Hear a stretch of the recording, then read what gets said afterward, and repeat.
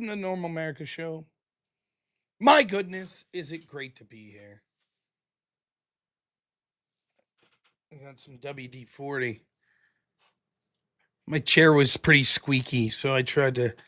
I thought about it. I was talking to my wife. I was like, maybe it's time to put the old chair out to pasture. She's like, come on, man. The chair's done a lot for you.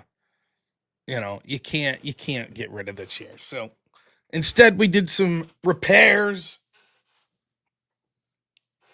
It sounds less squeaky. I don't know. What do I know? Anyways, it is a good chair. You're all correct. And it's a good night here to be with you all. Late night shift as always. It's wonderful. I love the late night shift. Now, I don't know how late I'll be up tonight. Probably still late, but I have a church thing tomorrow morning with my son. So my son has he goes to Catholic school, and it's Teacher Appreciation Day, and there's a service for all the teachers, and then a church service afterwards. So we are going to that. I'm excited. So it's like 8:30 tomorrow morning. So yeah. So keep that in mind if people decide to keep me up late tonight, arguing about this or that or playing Disney whip songs or something. I don't know. Just keep that in mind. So I had a great day today. I hope you all had fun and a wonderful day. I got to go shopping for like some grill stuff. So my parents are supposed to be coming over this weekend.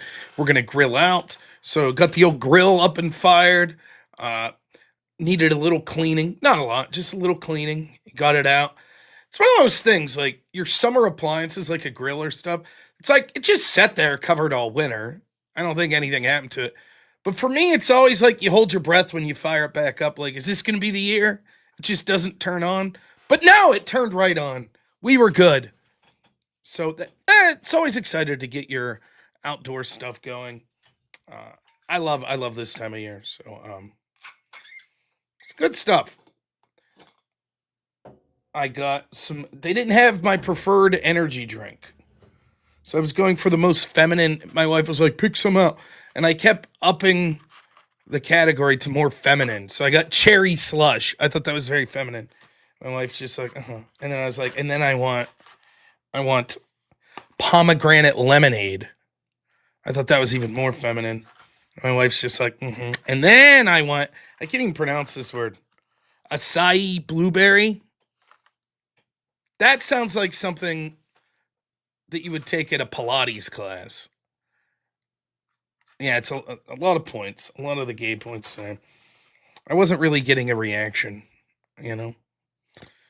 So she did give me she said I was very high on the point scale today. That's all I'll say. So yeah, I mean, pretty good day though. I got to do the extravaganza with the great Jake Rattlesnake and Mr. E today. That was fun. So check that out on the Crucibles Rumble channel. And yeah, I mean, what is there to complain about? Great day. I lost to my son at Mario Guess Who. This time he didn't cheat. Between me and you, I think I could have won. I sort of put the brakes on to the end, but he did have my character was Shy Guy, and he had a lot still left to flip up. And he said, "Does your character have a mask?" And I was like, "He does." And that was it. Then he's like, "Oh, I know what that is. I know." Aside was great when you trained Brazilian Jiu-Jitsu. Well, maybe I'm about to become an ass kicker. Let's see if it tastes any good. It's too sweet. Ugh. It'll work. So, yeah, that was my day. I'm excited. I kind of can't wait for my son to be off school so we could have little daytime adventures. I'm really looking forward to like for me a perfect like summer day is we have all these. So I'm in rural Pennsylvania here, about an hour or about 2 hours northeast of Pittsburgh. So there's all these like mini zoos around, for lack of a better term.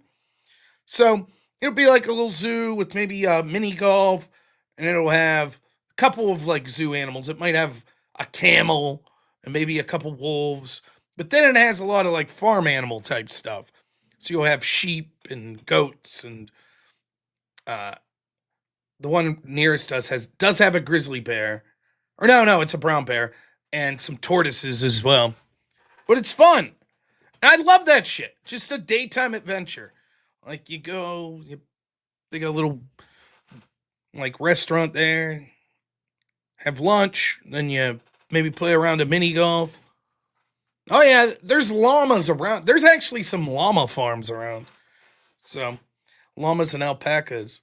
Quite easy to see. Yes, I do have a Mario themed Guess Who. It's a lot of fun. We used to play, my buddy came up with this. I can't take credit. It was the original Guess Who, but we would play the assumptions version for drinks. So we'd be like, does your person look like they'd be enthusiastic about women's softball? And be like, sure. And then we'd see how close we could get. It was fun. It got a lot more adult themed than that. A lot of slanderous shit that would come out during that. But Vivek won. No. Yeah, it was obvious Vivek was gonna win.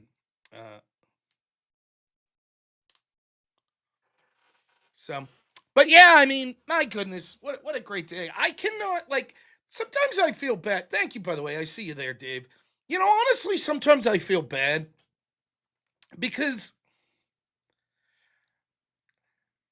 I'm very lucky. I've been a very lucky person my entire life. Even when I was basically a drunk, I had a lot of good friends. I really did. Some of them good drunk friends. But I had a great family and a great group of friends, I thought. And then I met my wife, who's the greatest, and I have my son, who's the greatest. And I talk about it a lot, and I am a very happy person. But I feel bad because I think sometimes when I'm like, hey, I was hanging out with my family today, I imagine someone watching might be like, you know what? I don't have that. And I do feel bad. I don't really have advice other than to say I was very lucky. And if you just stay positive, and for me, the only advice I give really about like having a good friend group is to just do things in real life. Like go to church or join like an Eagles club or a Moose club or go to like the Crucible events, stuff like that. For me, that, I think me just hanging out with people in real life, I think does a lot of good for making you a happy person. So I don't know. Gigi's feeling alienated. Well, if anyone has to feel alienated, it's Gigi. But all right, let's complain about the chat real quick before we jump into today's show. Yesterday, excellent show with Ryan Mullally. Did Law and Order. A great show. And then I did my show for about an hour afterwards. I was low energy when I got to my portion of the show. I blame that on not having my energy rush. Plus, I was just very tired. But the chat really let me down with super chats. Now, I don't blame the chat. I blame myself. It turns out if I'm not flipping out yelling at people and I'm low energy, there's really no reason to watch me.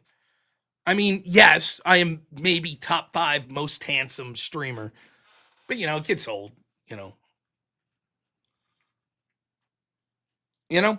So, we're going to get to that goal tonight, and maybe we'll get to 2 times the goal, just to show that Austin Hall character who's boss. And if you didn't know, 2 days ago, this guy, Austin Hall, claims that $357 stays highly unreasonable. Terrible, terrible. I did flip out about the audio. Man, I hate that. Is anyone here a streamer? That's one of the most annoying, especially for a boomer like me. I struggle with tech issues as it is. So also, and I'm warning you, don't do this. Don't do it. When someone will be like, "You're muted. We can't hear you." Then I spend the next 3 minutes like, "Oh, what the fuck? What am I doing here?" And then people are like, "You're not muted." And then I'm like, "I don't know. Can you hear me?" And then someone gets their chat. I fucking hate that. I hate it. 95% of the time, I don't think it's a joke. I think it's someone that's like probably accidentally muted the tab or something, but I don't know. That is certainly true. When you're just hanging out, there's less a need to super chat. That's true. I have lost it. That's true. All right. Oh, look at that. Adamant. $10. This Rob's pretty good looking, but he's got nothing on Boogie. I don't know much about Boogie. I see the odd, he's a lol cow or something to that effect. But I don't know. And then Bandit, thanks for the 2, says, chair squeak tax. A little bit.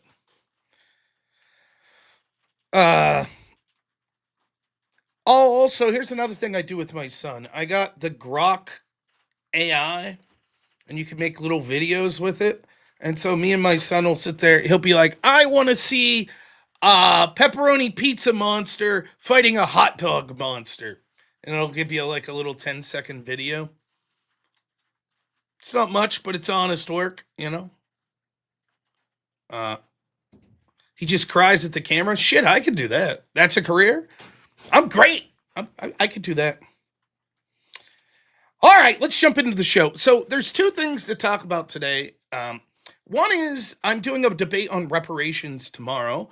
The gentleman I'm debating has done a debate on this recently on Sean Kelly's show. So I thought we could look at that debate. And then the other is I am chagrined to do it because I know how this goes, but some more Nick Fuentes news. But it's not really about Fuentes. It's about more on the overarching idea of should we vote Democrat if we are conservative right-wingers and we're upset about what's going on. Look at this. Sergeant Rosenfeld, $20. Thank you. Says, for my daughter, we missed the Bougie Whip song. Well, stay tuned. Maybe I'll play one. It's very difficult because they actually have cracked down. They really have. They cracked down in a hard way on that, but we'll see what we could do tonight. Naughty Germ, thanks as always for the $5. Really appreciate it. Really do. Rumblers, thank you to all 36 of you over there. I see you. Islama Farm, we don't have that. We just have the regular Llama Farms.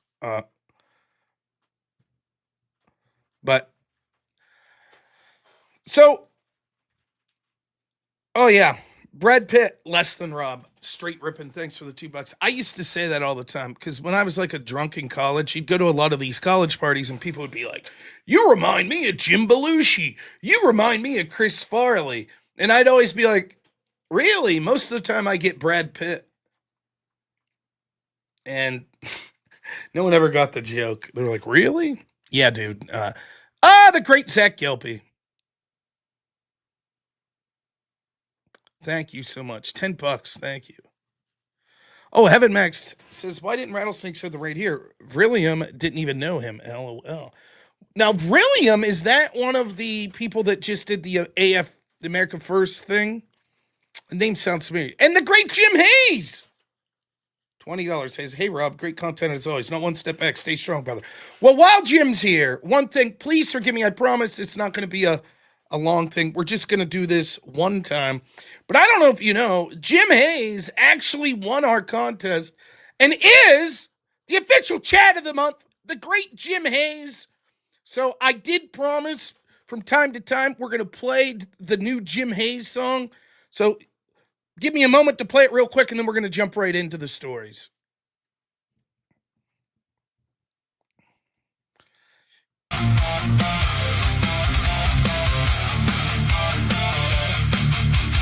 Get him, Jim!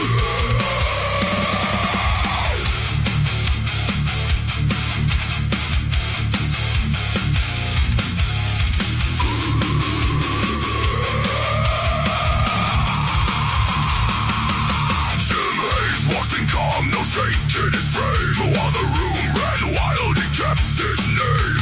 Eyes on the prize, feet on the floor.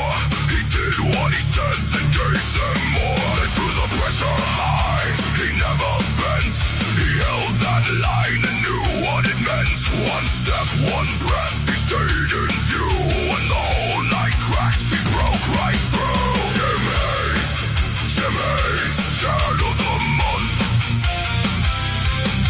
Jim Hayes, standing up front. Jim Hayes, want it clean, want it strong, want it right. Jim Hayes, stood strong and owned the night. The headlines spun fast, the crowd got loud. He read the room, but he never bowed. Some nights hit hard, some nights go tense. He kept his cool, made perfect sense. When the dust settled down, he still held court. No fear in his chest, no need for support. They threw the pressure high, he never bent. He held that line and knew what it meant. One step, one breath, he stayed in view. When the whole night cracked, he broke right through. Jim Hayes, Chad of the month. Jim Hayes, standing up front. Jim Hayes, want it clean, want it strong, want it right. Jim Hayes, stood strong and on the night.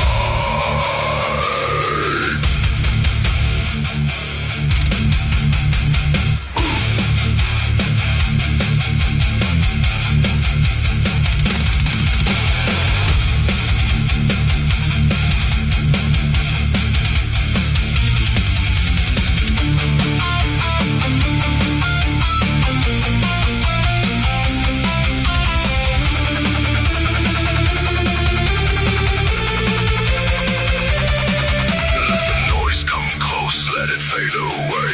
Jim Hayes stayed tall through the mess that day. No backing down, no losing face. He turned that fear into first place.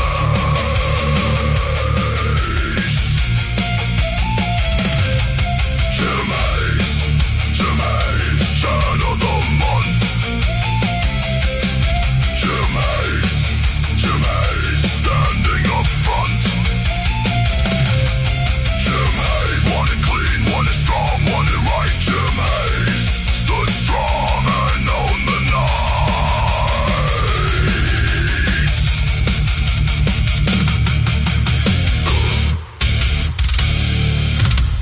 Well, congratulations, Jim Hayes, for being the Chad of the month. Thank you so much. Real quick, Robert Whaley, $5 says you should check out Lake Tobias Wildlife Park here in Dauphin County, PA. Sometimes Hank would love it. A bit of a drive for us, but that's awesome. Thank you, man.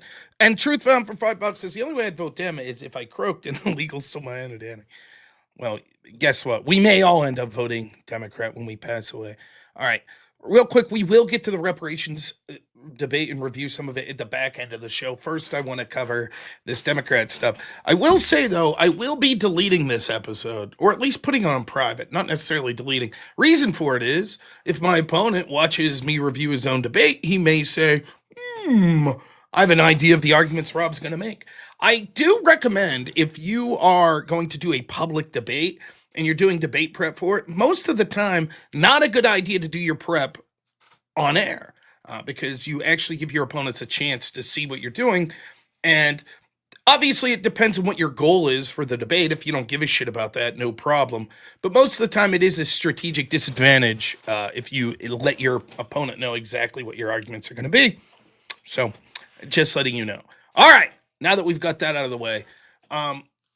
So I would play some Nick Fuentes clips, but I'm not going to. I learned my lesson the other day. Once in a while, a hard R word could slip in there, and you don't catch it, and that's no good for the algorithm. So instead, you're going to have to take my word for it and go look at the videos yourself. There's basically two videos. Now, let me again say this. I don't even know where Nick Fuentes streams. I heard Rumble, and I certainly did not watch hours upon hours of his videos here for the two things that's going to be said. So there is always a chance that there is an explanation or it's taken out of context. For example, I could say something like this in a show. I'm a big Democrat now. Whatever I especially want to vote for trans pro-choice people. Someone could clip that and put it on X. And, it's like, well, that's bullshit. I was proving a point. If you had watched more time, you would have seen. But there's two things that I think is worthwhile with Nick, and it goes along with the conversation we were having a couple nights ago here. So I think it's worth talking about. And then not necessarily focusing on Nick, but focusing on the broader conversation of this. The first was Casey Putsch, who lost today in Ohio as the Republican primary for governor there in Ohio. Basically, Casey is, as far as I'm concerned, seems like the exact type of candidate that like the Groypers or America First would want. He's pushing back against sort of Vivek because Vivek's pro H-1B and he's like a foreigner and or an immigrant, and it definitely seems like Casey would be the type of person that would like. So there was a bit of miscommunication or falling out. I'll try to be as neutral as possible with this. It seemed as if Nick felt that Casey wasn't putting the work in necessary. He implied that Casey's name wasn't on a ballot or something to like that. Sure, I can. This is a misnomer. I can absolutely talk about something. There could be a greater context that's brought up later, but to say I can't get Nick if I don't watch a show is nonsense. Okay, then I suppose you could say that about everyone. Nick doesn't criticize anyone who he doesn't sit down and watch every show? Is that your argument? You can only criticize someone or point out the things that you see them say if you sit down and watch every show. How much does he watch of Ben Shapiro, for example? So would you say, hey, whoa, Nick, whoa, don't criticize Ben Shapiro. Did you watch all of his shows last week? No. Anyways, so it went something like this. Casey was like, actually, you're incorrect. I am on the ballot. And then it looks like Nick sort of got pissed off. And I did see those clips where he was basically like, you're a nobody. You're not going to win. We didn't support you. It seemed like he got incredibly hostile to a guy whose agenda he would have been largely on board with. Why? Just because he wasn't going to win? So? Even if you make the argument like, I'm not going to support the guy, wouldn't you say, or I'm not going to put time and energy behind the guy, wouldn't you say, sure, what do you have to lose? In fact, even if he loses the primary to Vivek, but it's instead of 95 to 5%, it ends up being like 55-45, sort of helped send a signal for future, right? Hey, this is good. You could still say after that, okay, our guy didn't win the primary. We're going to vote Democrat against Vivek. You could say that. I mean, I'm against that as well, but that's so it to me it seems like there is hostility that at face value seems unwarranted. Like, I don't understand why you wouldn't just be like, whatever, dude. I didn't think you did a great job. Sorry, but wishing you well. They told him to like rest and piss, I think he said. It just seemed weird. You could look up the clips for yourself. The other clip, of course, that went even more viral was he said that he's a moderate Democrat. And let me see if I really hesitate to play the clip. Normally I would want to play the clip, but let me listen to it real quick.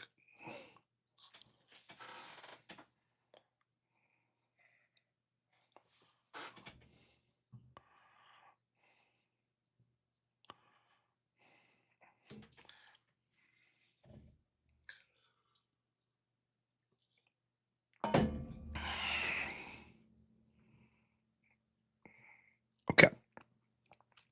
So he does say the N-word, so I have to stop this before he says that. But we will play the relevant part. So we got 15 seconds. I care about affordability. I care about foreign interventions. I care about the border. I'm a non-woke moderate Democrat. I think the GOP needs to be destroyed. I think the corrupt criminal government of Trump needs to be slowed down. We cut out before the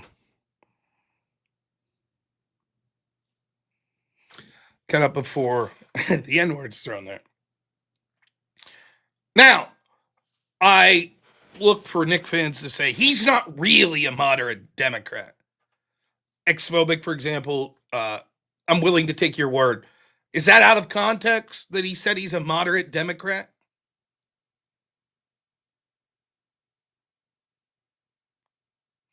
Is that out of context? He's not really saying that. I'd be interested to hear someone that's a Nick fan that watched this that maybe wants to say that it's not as it seems.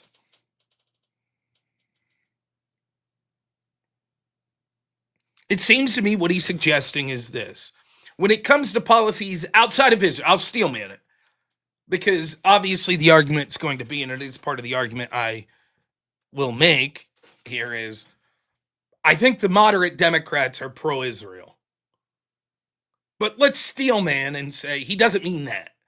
What he means is the policies that hypothetically a moderate Democrat would have, not trans stuff, right? Not pro-LGBT, but like more robust healthcare system, like Obamacare type stuff, more robust welfare system. I think a moderate Democrat is against mass deportations. I don't know what Nick's theory on that would be. He claims formerly to want mass deportations. Obviously, he said it. Are you implying he's actually a Democrat? I'm taking him at his word. I believe his word is that he would align with the moderate Democrat agenda. He doesn't like some of the extreme stuff with the Democrats, but when it comes to more robust social safety nets, more taxation, more women's access to abortion, moderate Democrats will be pro gay marriage. A moderate Democrat might be like pro increasing in taxes.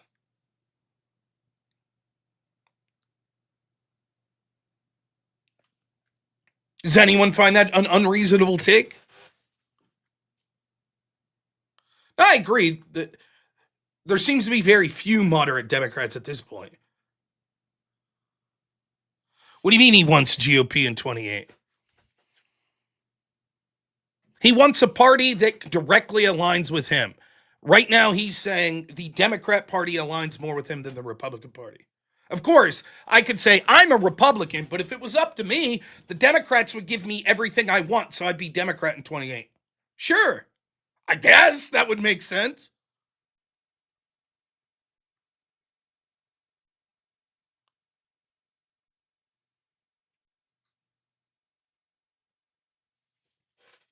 Now, I think this admission raises some serious suspicions about Nick Fuentes and about a lot of the people that adapt his policies.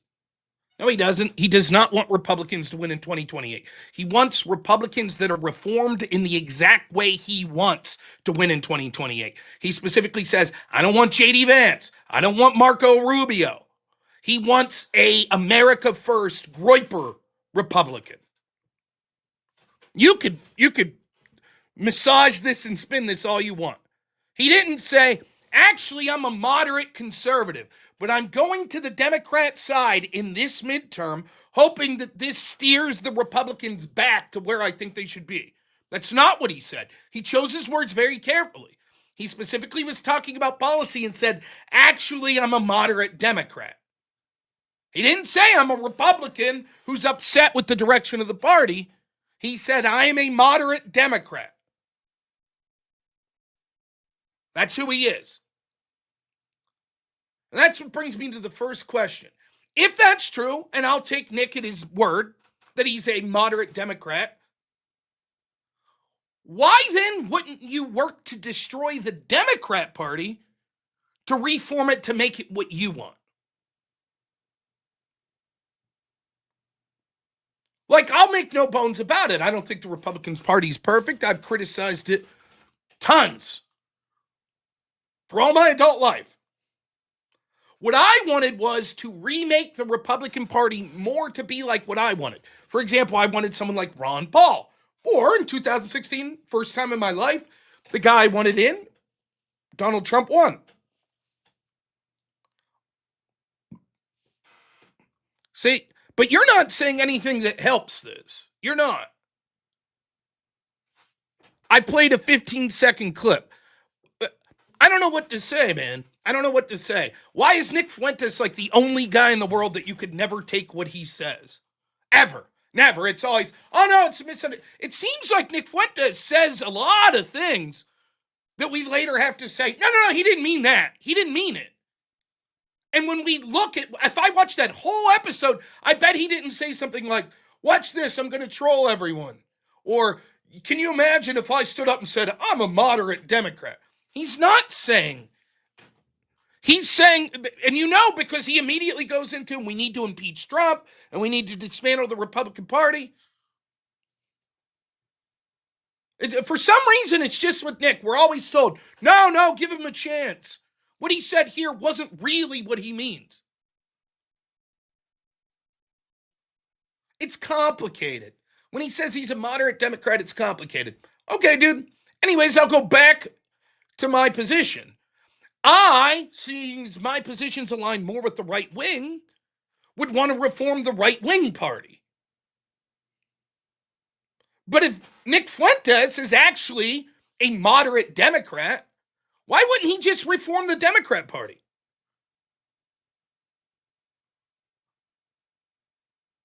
Now, what's Nick's big issue? Anyone? Let's see if everyone messes this up too. I won't even say it. If you had to say and distill it down, what's Nick Fuentes' big issue? What's his primary concern?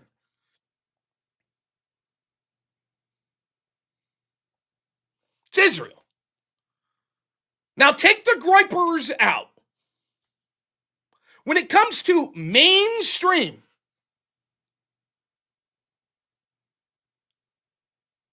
establishment policies and the amount of voters, which party do you think has more people that dislike Israel? The Republicans or the Democrats?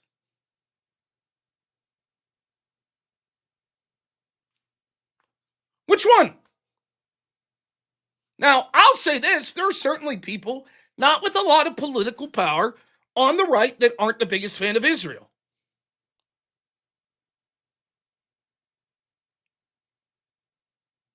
But with the Democrats, you actually see these people in institutional power, such as academia.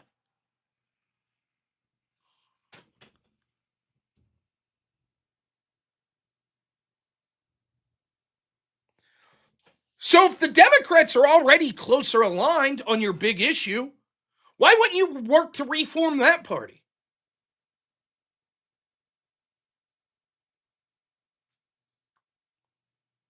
Why wouldn't you do that?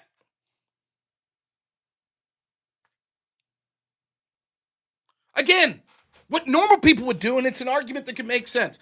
I am a real conservative, and the Republican Party is not. And so, you know what? I'm going to reject the Republican Party and hope they lose so that people like me could come in and fill the gap. What I wouldn't say is, I'm really a moderate Democrat, so I'm going to vote Democrat and hope Republicans lose so we could reform that party.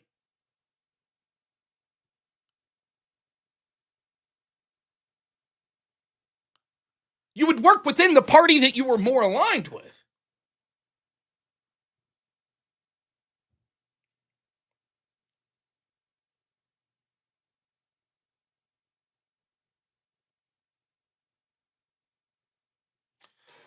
The project he's engaged with is to define the opposition to the left, but he is on the left. That's his own admission. He is the left. That means playing power games in the GOP the way the establishment and Zionists do. Why wouldn't he play those power games on the left? He's on the left.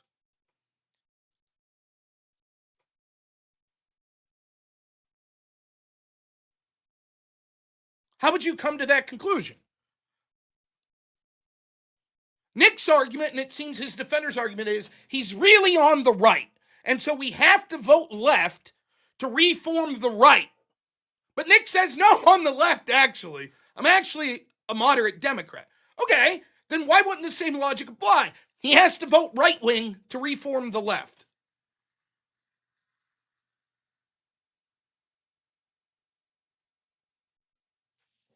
Yes, I would be open to a debate with Nick Fuentes, and he would have to explain why he lied when he said he's a moderate Democrat. And if the argument is he has to lie for some of his power games, then why would anyone trust him within a debate?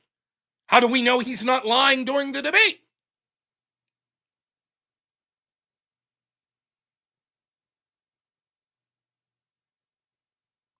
Can someone explain to me why he said I'm a moderate Democrat and then proceeded to outline the reasons why he is? He lied? He was misleading us? If he lied there and literally in the same breath in the next sentence, he's like, and that's why we need Republicans to get crushed and impeach Trump. Was he telling the truth there? Does that sound like natural communicative behavior? That you lie mid-sentence and then go to the truth in the back half of the sentence? Why would I believe the back half of the sentence if the first half of the sentence is a lie? See? Preserving a white majority, governing by Christian ethics, and being against foreign influences being left. He wasn't being ironic. So he was being ironic is now the claim. When he said, I'm a moderate Democrat. I mean, what do you think if he came out tonight and was like, no, I was dead serious. I actually am a moderate Democrat. What do you think people like this would say? No, he's being doubly ironic. The cognitive dissonance is amazing.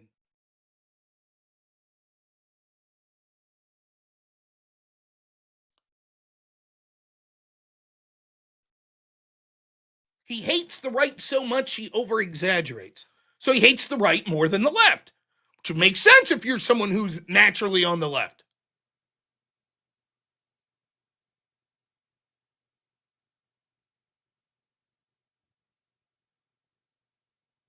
Being a moderate Democrat doesn't make you on the left.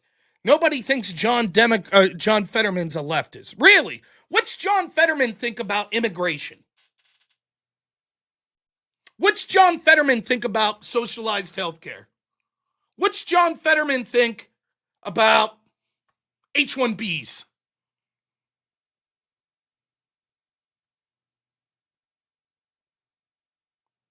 Fetterman's talking about leaving the Democrat Party. By the way,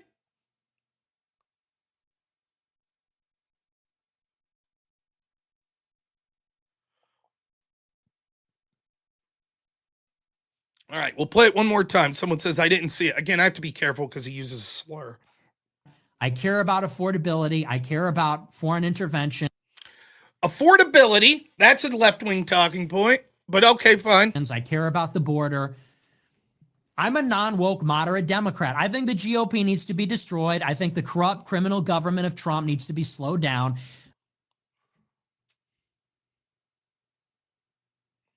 What exactly do I think makes left and right? Well, there's a lot of things that could be left and right. I think he is correctly identifying, or he's identifying that he's a moderate Democrat. For me, there's many ways. The way I choose to look at it is the right understands hierarchies and says that they're necessary and inevitable. The left says that we need to challenge those hierarchies.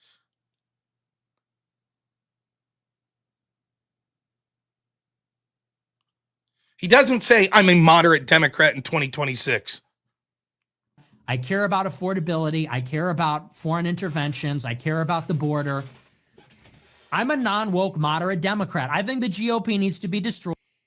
I'm a non-woke moderate Democrat.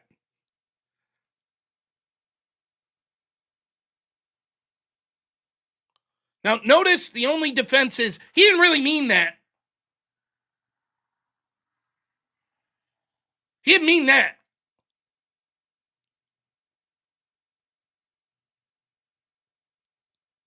Justice, bro, he didn't mean it. Again, there is no doubt. There is no doubt if he came out at great length today and said, no, I really am a moderate Democrat. I really am. Like an Obama type Democrat. His audience would still, well, yeah, he didn't mean that either.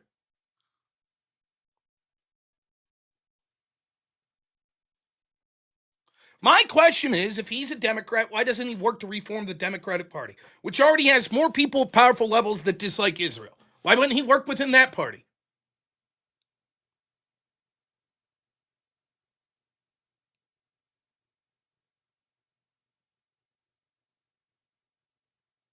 Why not? If Israel's the big issue and Democrats are more likely to be on his side in that, why wouldn't he work within that? Primary Democrats to get more anti-Israeli people.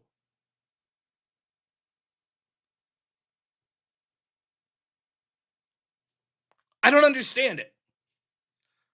Here's the other thing.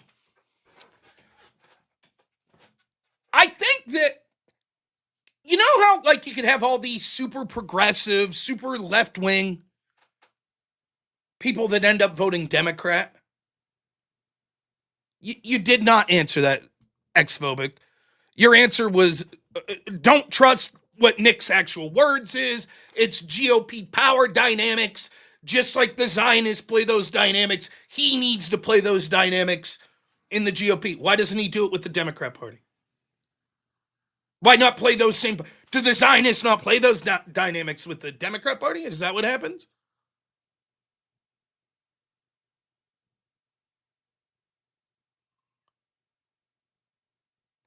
I can't just play part of a Nick Fuentes stream without vetting it. I don't care. Fascism. How's that show that you're not a Democrat?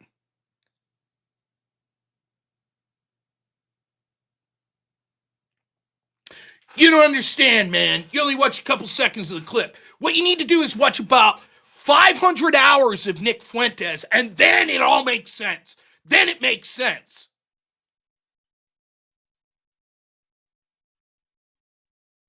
Trust us, folks.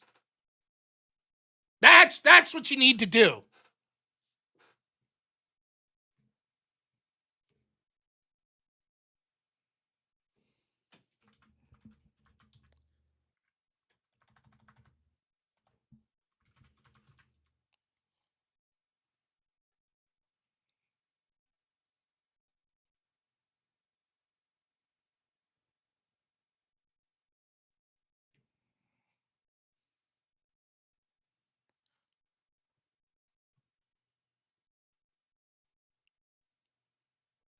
All right, here's what we're going to do. 4 hours, 5 minutes, and 20 seconds into a stream. I have no reason to distrust you. How long do you want me to go? I need your assurance that there's no racial slurs. And how long do you want me to go? I'm not just going to play it and leave it go for 40 minutes.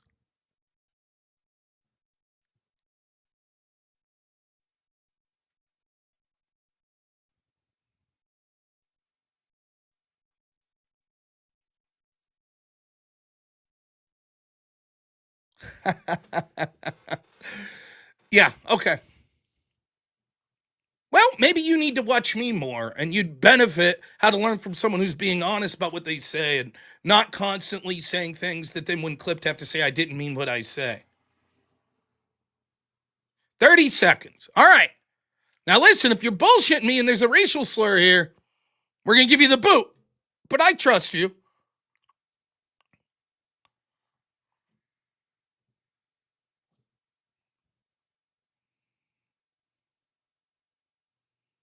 All right. What is the timestamp that he said?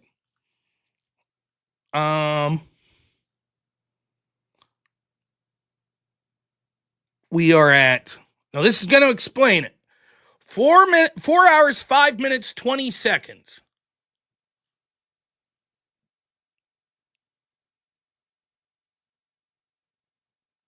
All right, here we're going to get the explanation.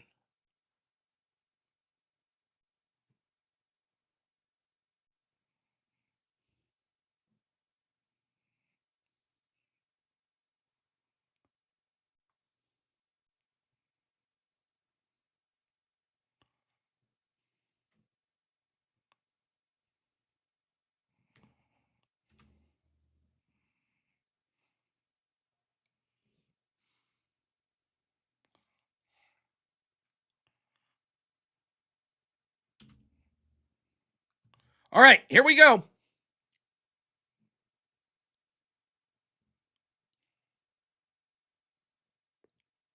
Only after we all got red pilled. So I don't trust you. And here's my message. It's the same message as before. 2026, vote down. I'm a Democrat now. I'm a moderate Democrat in 2026. I don't know about 28. For 2026, I am a non-woke Democrat. Hi, my name's Nick Fuentes. I'm an Afro-Latino, non-woke Democrat. I care about affordability. I care about foreign interventions. I care about the border. I'm a non-woke moderate Democrat. I think the GOP needs to be destroyed. I think the corrupt criminal government of... Right? Once more, he says he's a non-woke Democrat. He does say 2026 I am. 2028 we'll see. Sounds like he's saying he's a Democrat.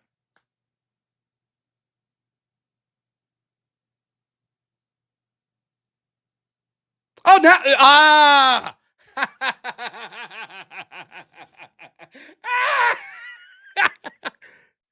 You see? There was the proof, ladies and gentlemen. There it was. Now we all understand. Now it makes sense. He's hyperbolic. He's not really a non-woke Democrat.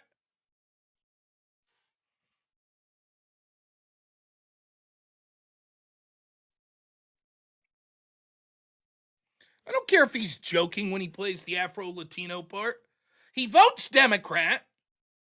He's telling everyone to vote Democrat. He says, I'm a moderate Democrat. I care about the Democrat issues. But he's not a Democrat. So explain to me what he is. If someone says, I'm Republican, everybody go vote Republican, I'm going to vote Republican, you would say, they're not a Republican, though.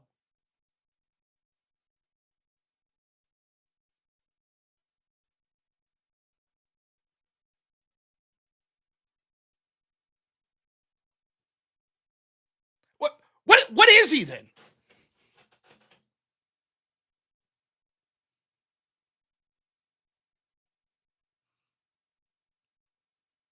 Okay, you remove the woke Democrats by voting Republican. Right? Same argument, right? But he doesn't consider that. Why?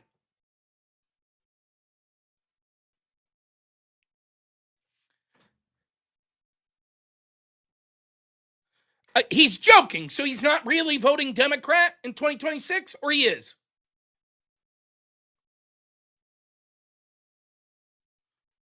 He also said, I may be Democrat in 2028. He wasn't Republican in 2024. He didn't vote for Trump. I think he claims he abstained. 2026, he says, I'm voting Democrat. 2028, he says, I may vote Democrat, but he's not a Democrat. Even though he says he is, he's not. And he says he's voting Democrat. He's not a Democrat.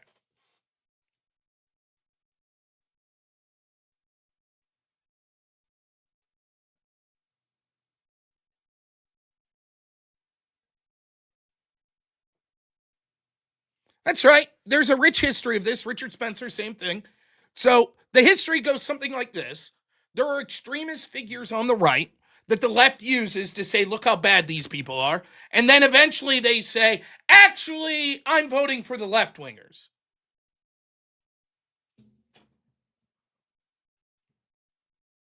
Richard Spencer did it. See, he's playing me bad. That's what it is. He's playing all of us. How shrewd. Get it? Okay, bumleg, is he going to vote Democrat or not? Or is that an act? He's actually voting Republican. Is it an act when he tells us he doesn't like Israel? Is it an act when he tells us he wants Trump impeached? Is it an act when he says he's voting Democrat? When is it an act and when is it not? He's playing us. So why is it that we can't even get agreement on the Nick fans on what he's actually saying? Why is that?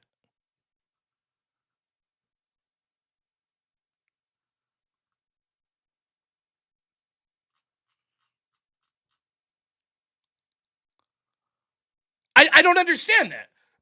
He's such a master. He's playing his own audience?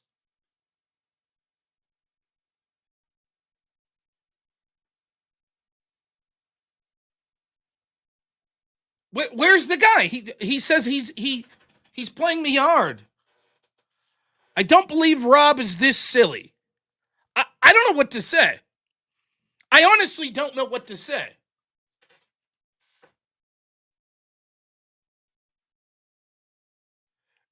The unfortunate part is most of Nick Fuentes' diehard followers will follow him no matter what he says. He could say, vote for AOC, vote for Ilhan Omar, and they'll say, yes, absolutely. I'm making it more complicated. He votes Democrat. He says he's a Democrat. He's a Democrat. And that's making it too complicated. That's too complicated. To simplify it, we say he's really Republican who votes Democrat and says, hey, I'm a moderate Democrat. But he's really Republican and he needs to play these power games because Zionist interest. That's the uncomplicated method. I get it.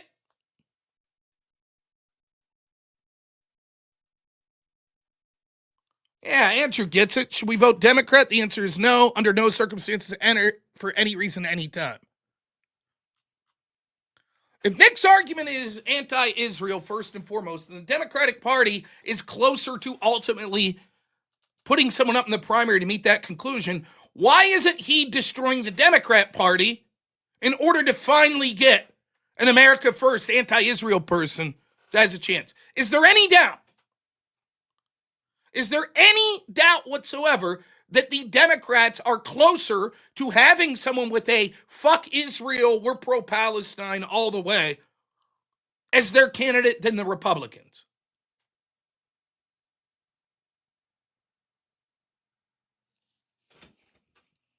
Dude, the arrogance you have after doing your way has made white Americans a minority in all cities and giving us trillions in debt and degeneracy. That's true. Vote Democrat. That'll solve it. Doing it my way. Like, I love this. Like, it's like Nick's got this entire new formula. You see, what happened in the past was, Rob, you advocated and even ran for Congress yourself and controlling the border and shit like that, right? You did that. And you had your way. And the Democrats were winning and opening up the border. That's the old way, Rob. That's very arrogant. Here's what we do now. Vote the Democrats in to open the borders.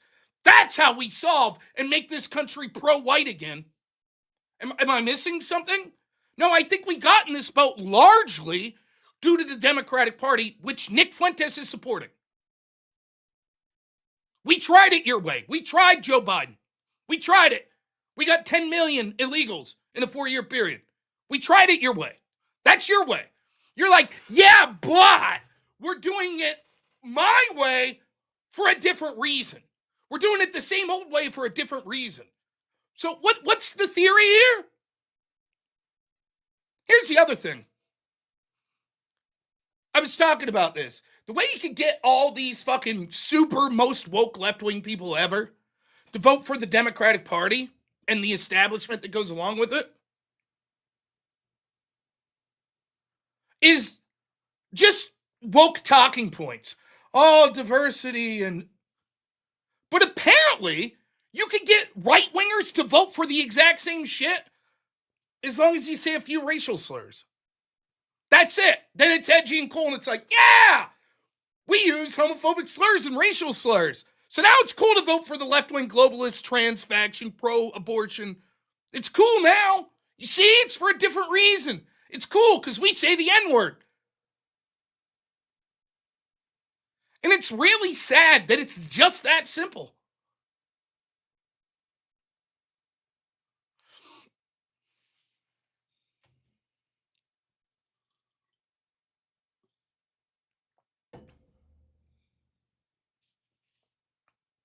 Stress tax. Oh, not right now.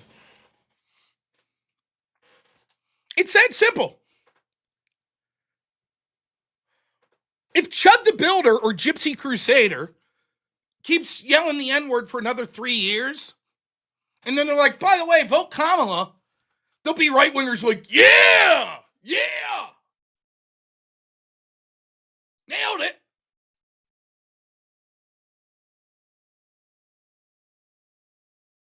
We're doing it different this time. You see, your way of trying to work within the Republican Party and getting people that are more pro-border security, that's bad. Instead, the new way of doing things is vote in the Democrats that want to leave 10 million illegals in. That's how we do it. That's how we secure the border. Can someone explain?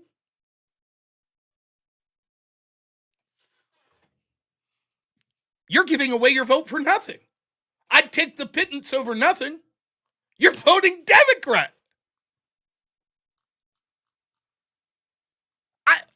Could someone explain it?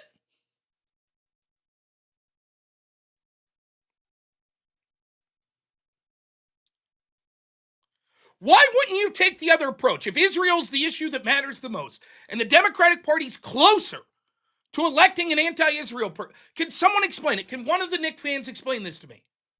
I think it's undoubtable that the Democratic Party is closer to electing a outright anti-Israel, Israel is the enemy candidate. Anybody disagree? Let's start with that. Does anyone disagree with me that right now, as far as the potential for a mainstream victory, there is a better chance for the Democrats to get an anti-Israel candidate?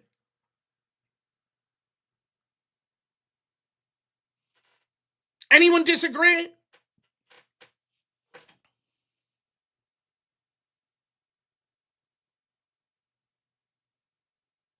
Then if that's the case, why wouldn't you work to tear down the Democratic Party? If the Democrats lose in 2026 and 2028, now all of a sudden you can get your anti-Israel candidate. There you go. Now you can vote for him in 2032. Why wouldn't you do that if Israel's the issue that matters most? Because the Republicans need us. How does this make sense? So do the Democrats. They just lost, remember? Maybe if you all would have pushed Democrats last election, they would have won.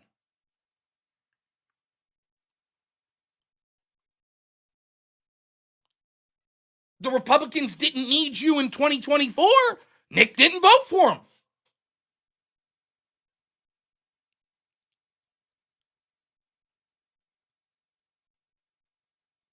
Let's assume for a second that if the Groypers don't vote for the Republicans and vote for the Democrats, that they have enough sway that means Democrats win.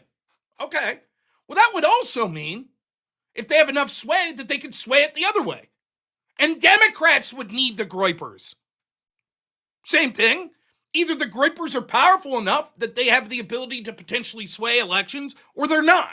If they're not, who cares? If they are, and you're trying to be and you're claiming that you are, like Nick is, then why not do it the opposite way? If Israel's the issue that matters most.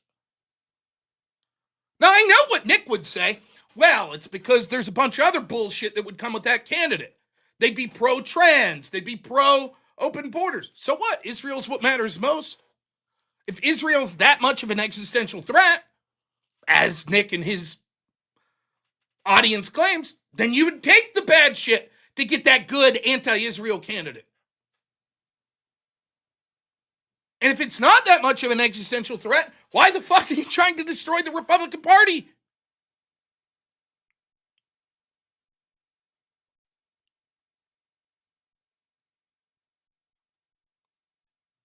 They're not playing both sides. They're not. They're exclusively saying vote Democrat. That's not playing both sides. Right now, what I would do, just pure game theory, 49% on this side, 49% on that side. I say there's one issue. We have the ability to potentially sway this. There's one issue I give a shit about. And our theory is going to be this. We will intentionally sabotage the side that we think inevitably will be most likely to be with us on that issue. Which side is that? That's the Democrats.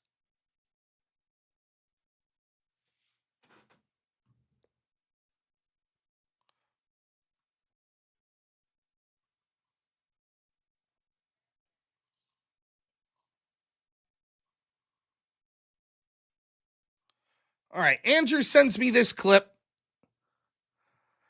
That it makes no sense. Just from a pure, if I was like, I don't really give a shit, I don't have an attachment to either of these parties, I just have this one issue.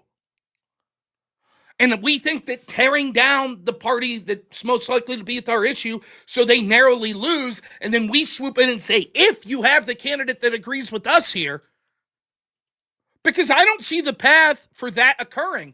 I don't see the Groyper candidate in 2028 on the Republican side. I don't see it. But it's possible on the Democrat side. All right, this is a clip Andrew said. I like Mark Halperin on the left here, and of course that's Megyn Kelly on the right. I have no idea what this says. Hopefully Mark Halperin isn't dropping any N-word. And once he said that he's sorry that he endorsed Trump, he regrets it and feels like he has to make amends. And his show is doing fine. It's not like he's hurting for audience, but I think he's understanding there may be some new listeners over here. Like he's gotten very, very popular lately, I read, with Muslim viewers because he's been standing up for Islam, and I have to tell you, Mark, it's been something I've noticed just since I've gotten sort of more clear-eyed on Israel, that a lot of the anti-Muslim rhetoric that's put out there originates with people who are very, very pro-Israel, who kind of need us to demonize them. Right. And I've taken a look recently at my own rhetoric on this to say, like, have I been manipulated? I want to make sure I'm not getting manipulated. But I think he's having a lot of Muslim viewers flock to him. I know for a fact he has a lot of young men flocking to him. And so while he may have lost some contingent of the Fox News audience that's very, very pro-Israel and, pro-Trump, and you can't say anything about Trump, for every one of those who leaves, there is another newer, younger audience member who does want to hear these traditional lines challenged and hear just new independent thinking. I mean, I'm experiencing some of that myself, and Tucker probably times 10. Yeah. And thank you, Andrew. I saw he asked the correct way with the super chat. Thank you, though. I appreciate it. I promise I'll get to the other super chats. So sorry, I'll ask for the correct way for $20. Thank you, Andrew. Yeah, I agree. That's what it feels like to me. I can't guarantee that specific persons have fed or that they're being paid to say what they're saying. What I will say is this. Overarchingly, it is undoubtable that the movement in general, that's not just, because here's my position, and I'm not trying to speak for Andrew, but I've talked enough to him that I think he shares this. My position is, fuck Israel. Fuck them. And also fuck the Muslims. That's my position. I don't believe I'm being gaslit to think that a bunch of third world savages that come from countries where inbreeding's the norm, and technically they would be below the line of mental retardation in our country, being imported to this country, many of which are saying death to America, who just had grooming scandals in places like the United Kingdom, where they specifically were telling young white girls they were targeting them because of their religion said that it was okay. I don't believe that that's all an Israeli op. And actually, the Muslims are super based. Was it an Israeli op when the Muslims were killing Charlie Hebdo for drawing a picture of Muhammad? Or at the Pam Geller shooting at that event? Was the fatwa against Salman Rushdie for the satanic verses, was that also an Israeli op? That doesn't mean that all of a sudden I'm pro-Israel. I'm not saying that. But so much of this now, you're seeing where it's like, well, actually, maybe Israel, and at some point you have to say, there has to be some sort of financial incentive on the whole. I'm not saying that means Nick Fuentes is taking the money, or that Tucker's taking the money, or that Megyn Kelly's taking the money. I don't know. I haven't looked into their finances. I try to be someone who gives the benefit of the doubt until I have proof. But man, I get called fucking pro-Israel and I'm taking Israeli money all the time, which is fucking laughable.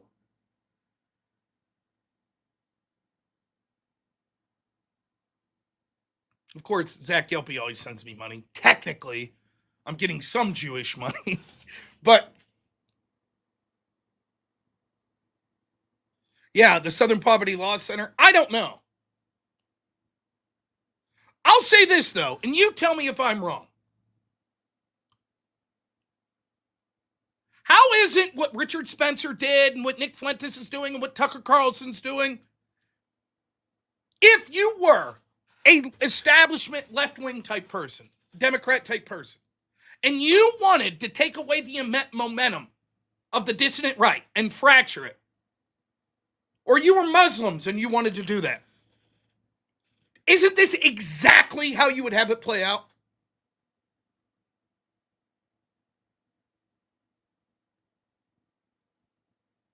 Isn't that exactly how you would do it? Everything about this benefits the Democrats. When these characters are out there saying incendiary things, The left points to it and goes, look at this, these are right wingers. As soon as they start saying, actually vote Democrat, all of a sudden the New York Times is interviewing them. Like Tucker the other day.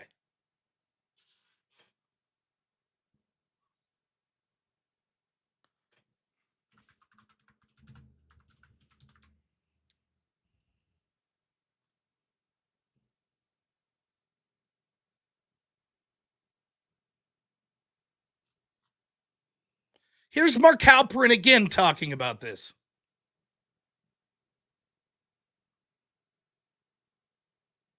Tucker Carlson interview with the New York Times dropped. New York Times is so funny.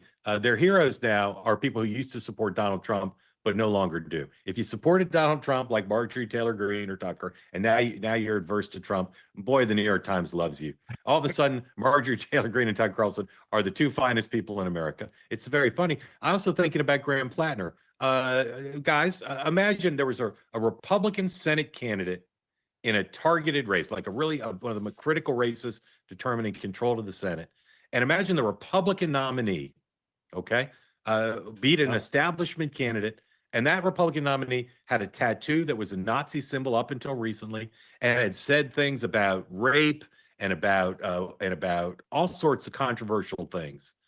Imagine if that were a Republican. Hogan, how would the media cover that differently than they're covering Graham Plattner? I think we all know how that would be covered, of course. You get the gist. Now all these dissidents like Tucker Carlson that was the biggest enemy of the left, now all of a sudden they're like, we don't like Trump. Allegedly for more right-wing reasons, and all of a sudden they're getting favorable treatment.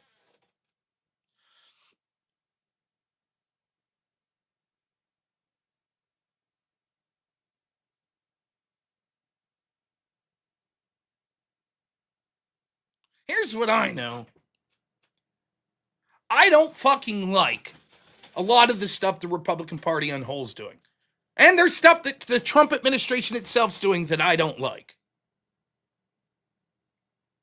I will never support this current crop of Democrats. Not even ironically. Not even in some slapshot attempt to, this will own the Republicans and then they'll be more likely. At best, I would vote third party.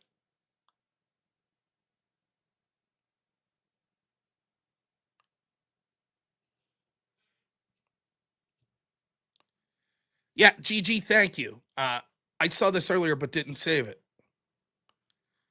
Ian Carroll. Both sides are tricked to characterizing each other. The left thinks the whole right's Ted Cruz, and the right thinks the whole left's Dylan Mulvaney. In reality, most regular Americans of both sides are regular and reasonable people. Most people on the left are completely unaware of all the worst and most diabolical fringes of their party. Really? Why don't you bring Charlie Kirk up to most people on the left? And in my experience, most difference of political opinions is just either side being fooled by their side's propaganda and not having time to do the research for themselves. The right and left represent two halves of the whole. Either one taken to the extreme is destructive, and right now we have both taken the extreme and intentionally pendulum to swing to keep us all at each other's throats. What we need is balanced conversation and solidarity between the rising right and left-wing populist movement, i.e. communist, around the world. Candace Owens says, we need to continue to fix the fracture between the left and right. We now know what true evil is. It's us against the Epstein class and warmongers.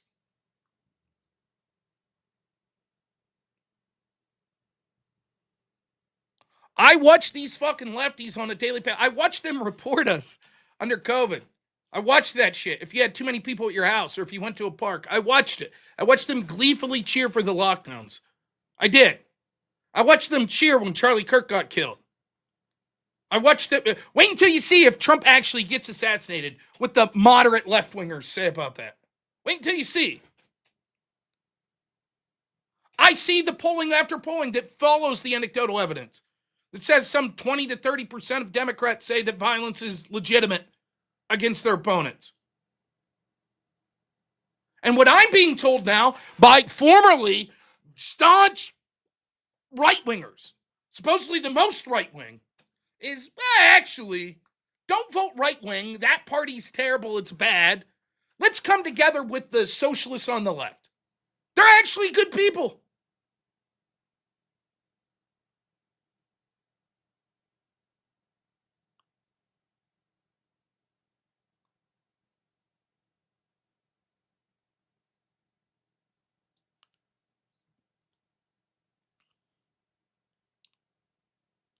I'm willing to work with allies on my side in order to take down what I see is the biggest threat. And that biggest threat to me is the left-wing establishment that I can see on a daily basis that's done things like ruin our culture, pushes for baby murder, pushes for open borders, pushes for people in communities like mine to be the enemy, to shit on, locks up pro-life protesters, pushes for censorship of people like me online. I see that. I don't like Israel. Just like there's every other foreign country that interferes in our country, I don't care for. I don't care for Qatar. I don't care for China. I don't care for the United Kingdom and the shit they've done. And we're probably going to find out that they were instrumental in trying to prevent Trump from getting into office in 2016.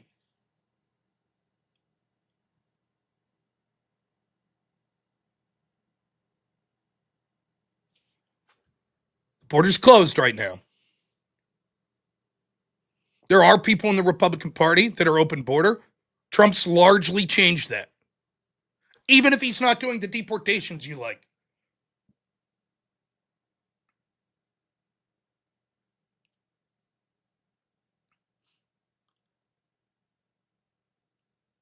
I don't understand. I cannot be allied with someone who is saying to give those people more power. I'm not saying I'm calling the cops on them or I'd never say hi to them or anything like that. I have plenty of left-wing Democrat friends. I don't talk to them mostly anymore, but you get the picture.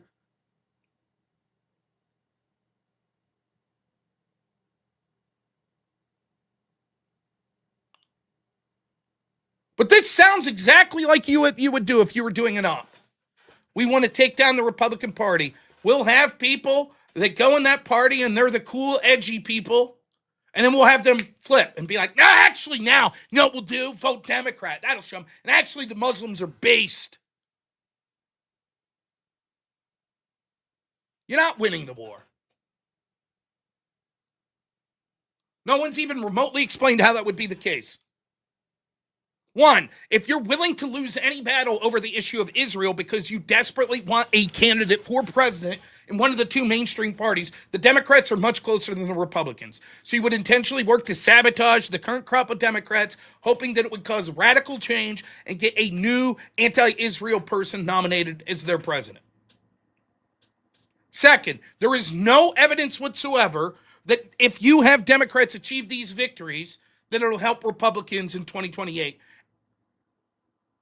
Third, even if it would, somehow, you have no evidence whatsoever that if Republicans lose the midterms, all of a sudden we're going to get a Republican candidate that's like a Groyper. Wait, who is the person? Someone give me the name of a person who has a legitimate shot, even in the best case of circumstances, that's basically Groyper friendly to win the Republican candidacy. Who is it?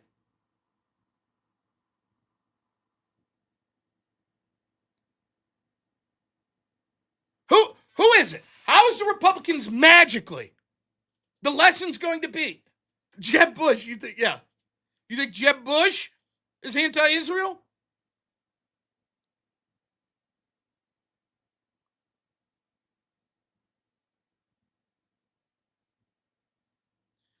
Again, the Cato Institute, and it doesn't matter if you put out any data whatsoever, they'll just say it's manipulated data. Cato Institute puts out data and says, actually, and they list the numbers, Trump's limiting legal immigration more than illegal. And the Cato Institute's pro-immigrant. They're furious about it. Yes, the H-1Bs that were already given out are still occurring, but they estimate 150,000 less H-1Bs being given out a month than under the previous administration. Doesn't matter. Nope, ignore all that shit. Ignore it all. They're pro H-1B. As long as there's one H-1B given out, well, then you have to vote Democrat who will give out more H-1Bs. And then that magically will lead to a Groyper candidate that won't give out any H-1Bs.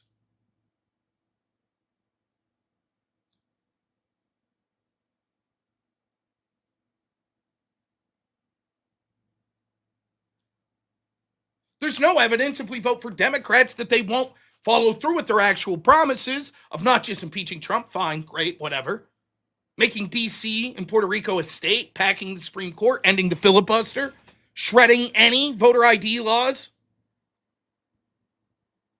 enacting censorship and a board of disinformation so that people like me or Nick or Tucker or whatever could be censored, which would make it less likely that Republicans will be able to win in the future with their apparent Groyper candidate.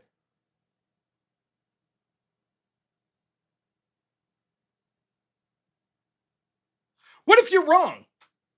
What if you're wrong, the Nick Fuller? What if you're wrong and we vote Democrat and that leads to Democrats winning in 2028 and they bring in 10 million more illegals and they make D.C. a state and they make Puerto Rico a state and they pack the Supreme Court and then you put a bunch of anti-gun laws, pro-abortion laws, and then they win in 2028 and then 2032 comes around and instead of getting Groyper Republican candidate, we actually go in the opposite direction and we go back in the George W. Bush, in the Paul Ryan, in the Lindsey Graham wing of the party, even more. Then what do you say? Oh, well, we tried.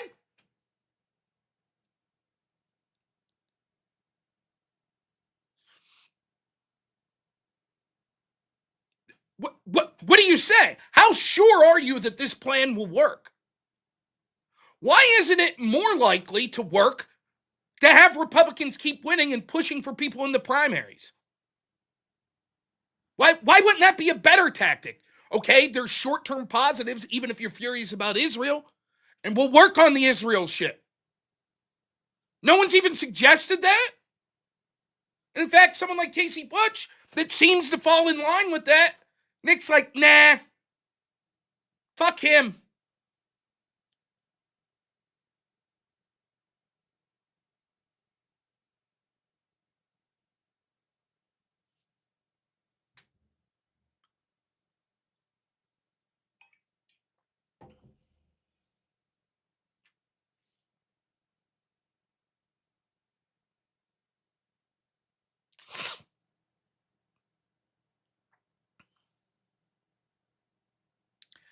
I just don't understand it.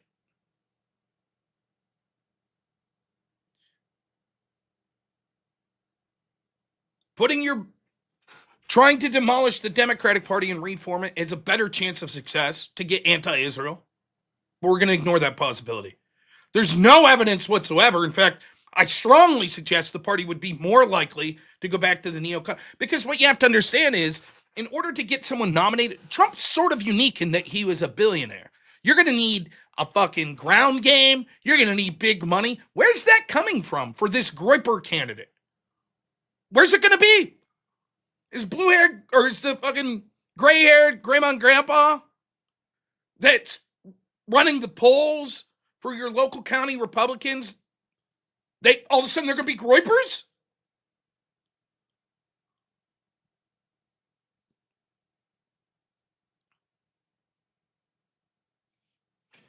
Of course I don't. You're a millennial, and 2/3 of us might as well be boomers. I'm technically a boomer, I think.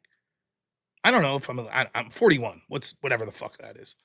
I don't understand. What's your implication here?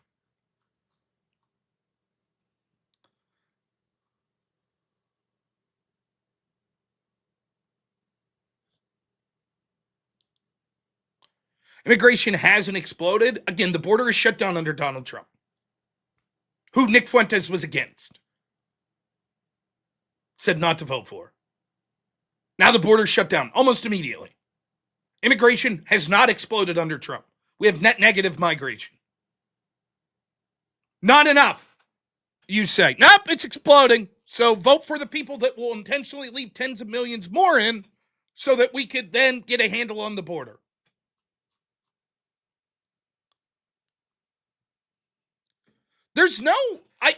I'm willing to talk to these people. See?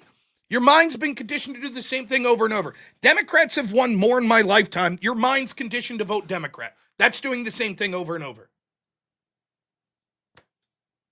That's what your mind's conditioned to do. To vote Democrat again. Almost every time we have a president in their second term, and their party controls the House and Senate, the other party wins. You're doing the exact same thing again. Exact same thing. The exact same plan. And you think it's different. That's the funniest part. This time we're doing it different by voting Democrat.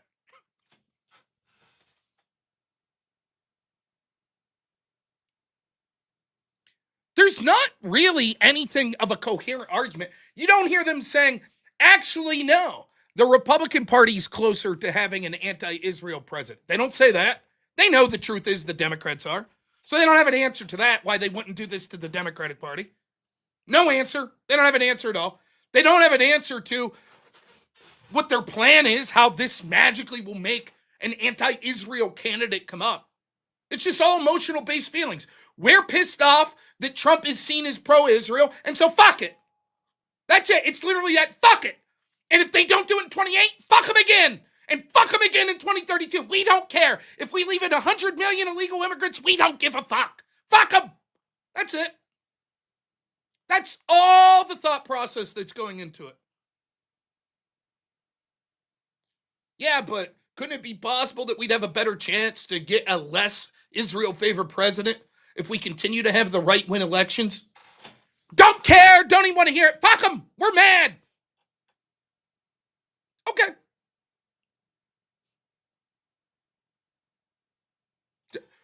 Has anyone heard an argument from this guy yet? We're with Iran because he's pro-Israel. Has anyone heard an argument? He's just basically saying, yep, that's how I feel. Yep. That's it.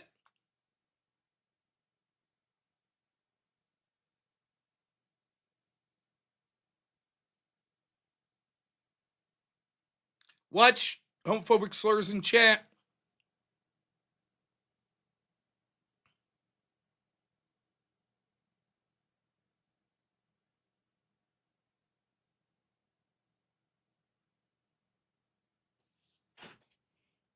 Again, if it's single issue on Israel, it is a far better chance that if the Democrats take another crushing defeat, that they'll end up with an anti-Israel candidate for president. So if that's what it is, it totally makes sense to say, we're going to help crush the Democratic Party this time so that they resurrect and could beat the Republicans on the issue we care about. Undoubtedly, that's the truth. If it's single issue.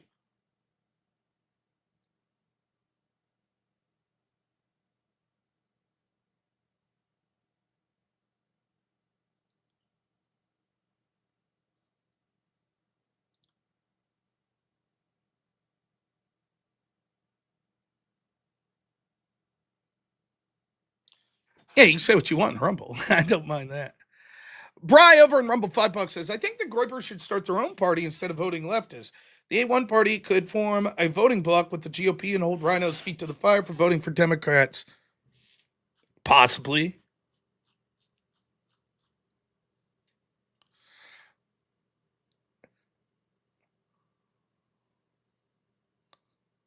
I'm against anyone, no matter how base someone claims to be in pro, secure the border, anti-woke, blah, blah, blah. I'm against anyone that says that leads them to the practical decision to support the Democratic Party. Fuck that. I'm against that. I'm against the Democratic Party wholly and totally. And to the problems in the Republican Party, I will continue to do my best to address those problems as I see. And you are being dragged even more left by being a contrarian and intentionally voting Democrat. How is it being drugged more left when Trump has secured the border? How is it being drugged more left when they're actually doing things like charging the Southern Poverty Law Center, charging Act Blue, charging and investigating Somali daycare fraud, putting pro-life justices?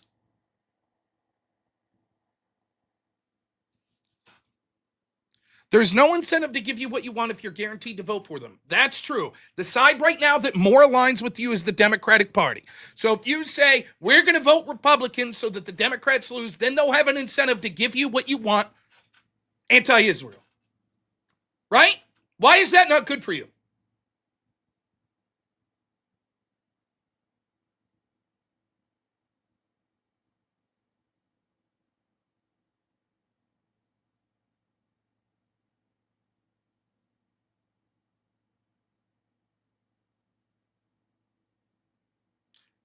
Two things Trump's done that they're pissed with. One, he isn't for deporting everyone, which I fucking disagree with him on. Okay? Second, war in Iran, which they're absolutely convinced is only because of Israel and proves that we're a puppet of Israel. I disagree with that, but I don't like the war in Iran. Well, there you go, Big Purple. That's different. I'm not criticizing that.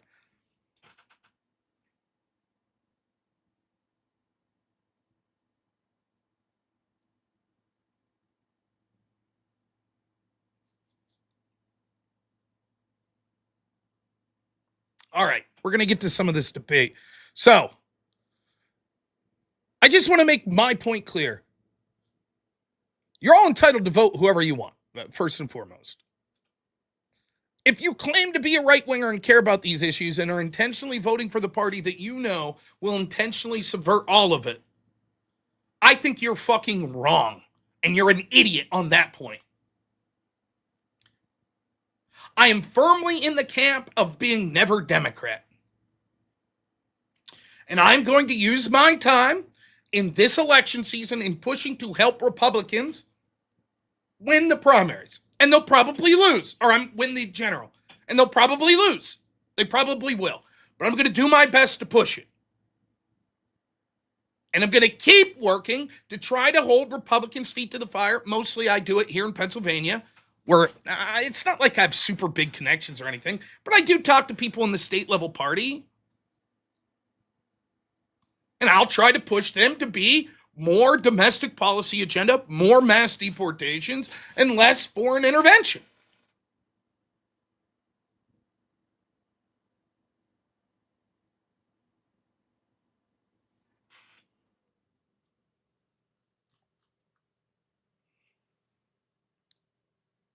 So, to answer the question in my fucking title of this video, should we vote Democrat? No! You sound like a sucker. You are literally voting for the people that want to erase your life. Why aren't you holding Democrats' feet to the fire? You sound like a sucker. You're supporting them. And their anti-white agenda. You're intentionally supporting it.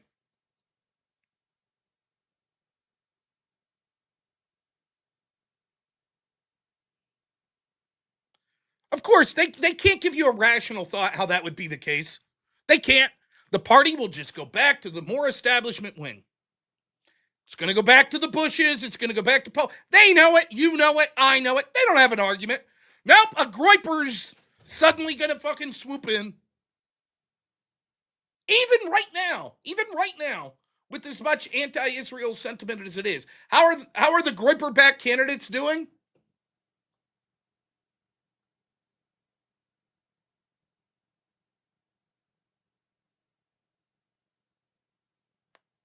What's already there? I don't know what you mean.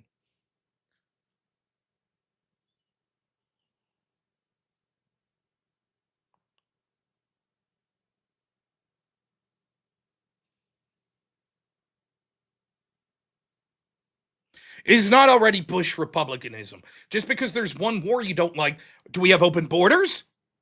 Are we doing like Bush and not going after left-wing dono groups that are corrupt, like Act Blue, Southern Poverty Law Center, all those groups? Did Bush have a Supreme Court that ended Roe v. Wade? Did he have a Supreme Court that ended racial gerrymandering? Did he do that? No, he didn't. We're 8 weeks into a conflict where 13 U.S. service members have tragically died, and you all are like, wow. If we're back there, why doesn't the Bush people like Mitch McConnell love Trump?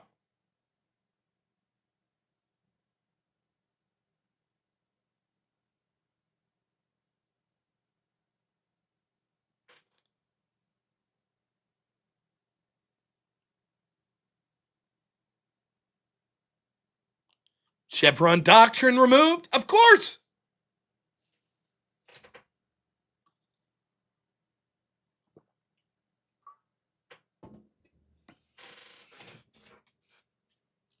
You're just contrarians. You're just pissed off and you're kicking your feet.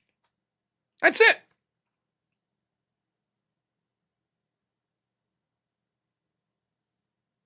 That's what it is. You have no explanation, none, of how this is going to nationwide injunctions removed. That's all it is. And a lot of the people in your movement, some of them are the same. They're just pissed off and kicking their feet. Some of them are grifters that understand that as long as they're always the underdog and never cheering for the people in power and never voted for them, that they can always say, see, I told you, see, we need to do things my way, when their way will never have a chance of winning. And some of the people are probably directly being paid to have these opinions.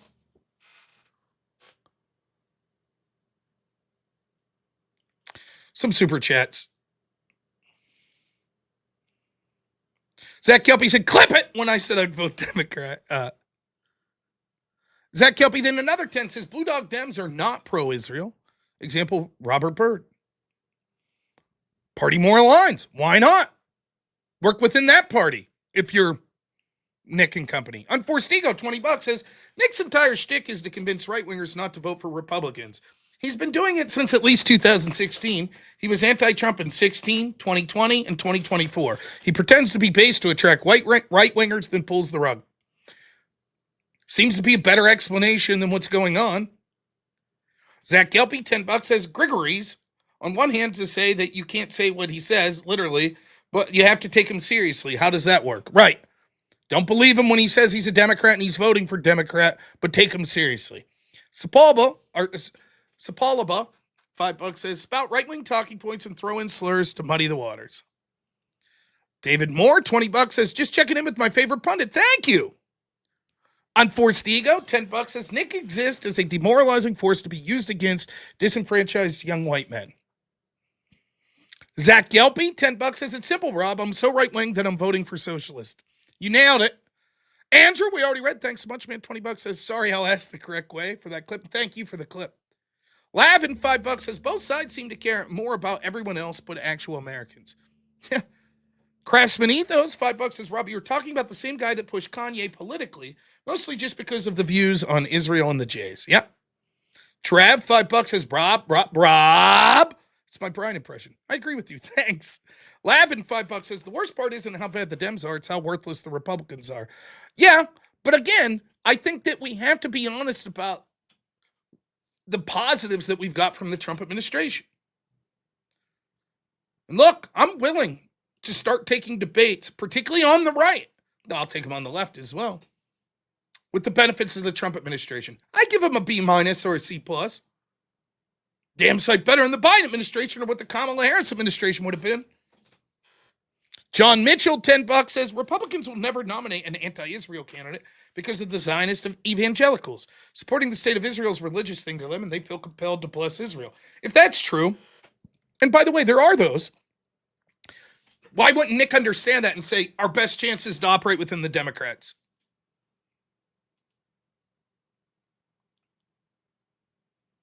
Could it be that that's actually what Nick wants? But he knows that the audience he caters to wouldn't like that if he just came out and said it. So instead he's like, well, let's ironically get them to vote for them. T. Jenks, $10 says, his loyalties remain somewhat mysterious in order to be able to always criticize the powers that be. And ultimately, the only president he'd be happy with is himself. Totally agree.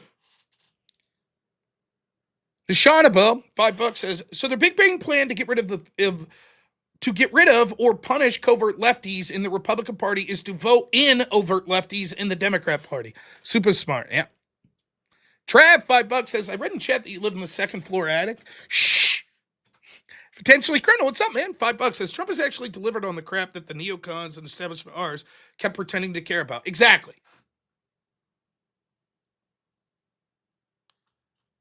I'm not saying Trump's perfect. There's a lot of shit that I complain about with him.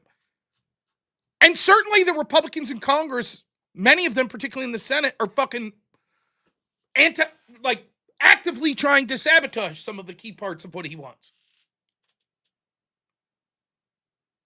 But the idea that we just throw up our hands and say, you know what? Yeah, we've got some things, but I don't like this other thing because Israel's all that matters to me. So let's vote in the very people that got us into the mess in the first place that we've claimed for years to despise, vote them in. And the best part is, if the Democrats win, it really puts these people in a great position, right? It's a no-lose for them. If Republicans win, are they going to accept the narrative of, you people are fucking worthless? You can't even move the needle on that? Of course not. They'll just wait for something that they don't like to happen again and say, see, we told you, don't vote Republican. If the Democrats win, they're going to say, aha, because of us. Great. And then all the bad shit that comes with that, they'll say, we told you.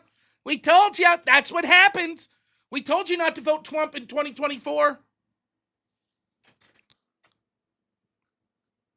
GG, $2 says USAID got nixed so early, no one counts that win. Yeah, $60 billion. And then H-Man, $2 says for chat, can Creamy list his points in a list?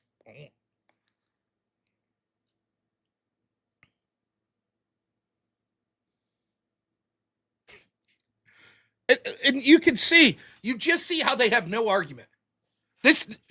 Just keep working with King George.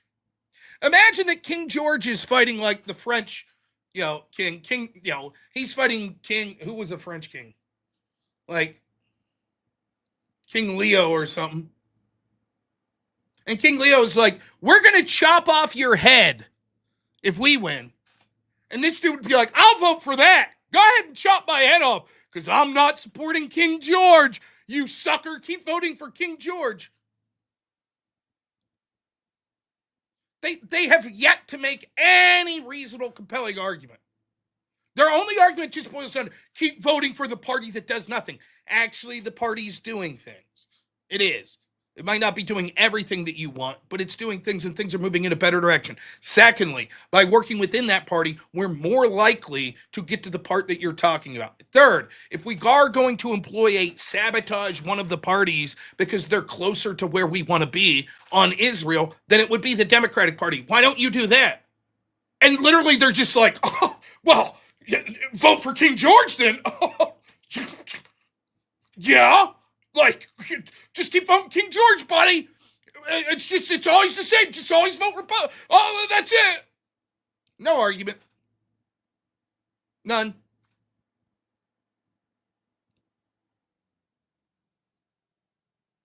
Just stomping their feet. I'm not happy I didn't get everything I want, so I'm going to vote for the people that I've claimed to always hate. And if you don't, then you're stupid.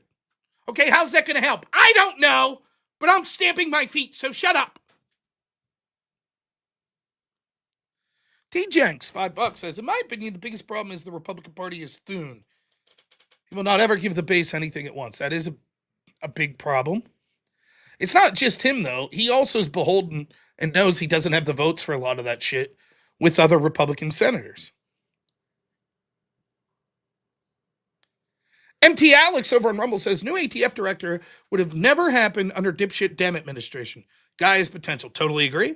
Mangozi gives 5 subscriptions. Thank you so much over there on Rumble. Really appreciate that.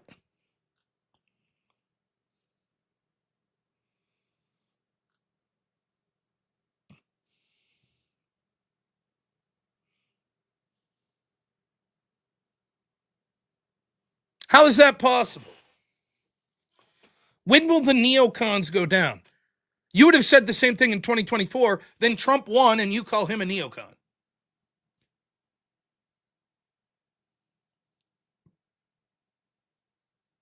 I'll guarantee the neocons don't go down using your own definitions because the Republican Party is in no danger of ceasing to exist, and whoever wins within that party, you're going to call a neocon unless they're a groiper. So no, they're not going down. They may lose an election, then they're going to come back.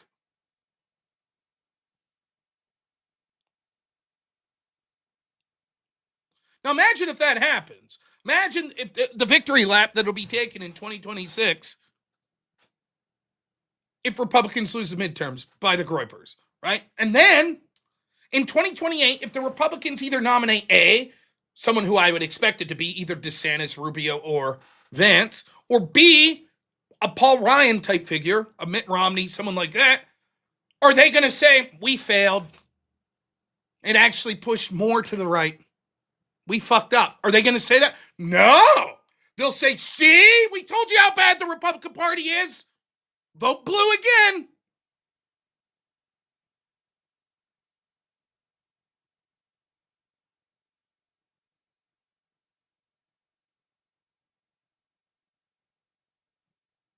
You don't have to vote. That's true. You can vote Democrat. Again, I want to be clear here. I'm not saying ex-phobic, and I'm not saying they're shitty people. I'm assuming if ex-phobic was my neighbor, we'd probably be great neighbors and be like, share a lot of interests in common. He probably has a similar view for what he wants for the country as I do. We just massively disagree on how to get there. That's all. I'm trying to make the compelling case for why it's a bad idea.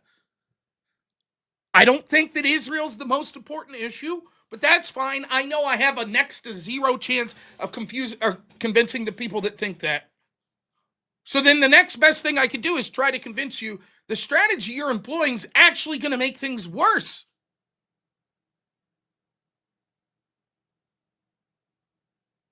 Not just with Israel, not just with the Democratic Party, not just with the border and all this shit, but actually worse in the Republican Party that's just going to entrench.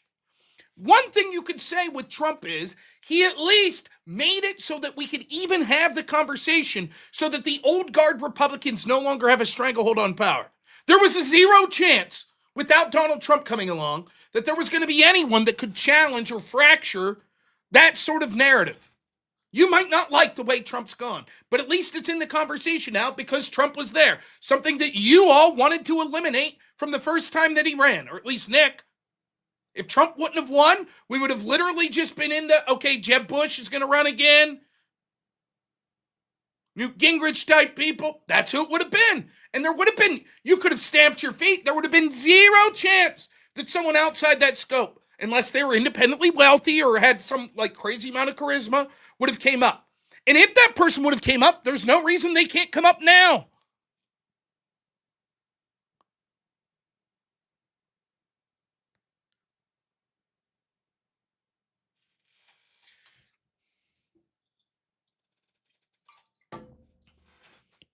Trump put all of his enemies in power. Really? Nick Fuentes got a position? I didn't see that. Nick's been reliably an enemy of Trump. Said not to vote for Trump in 2020, right? Said not to vote for him in 2024. So did Trump reward him? Oh, no.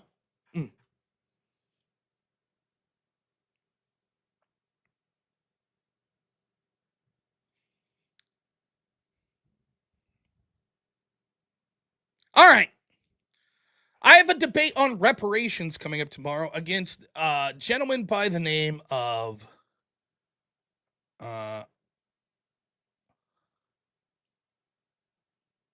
oh, I'm so sorry, I forget, and it's not listed here.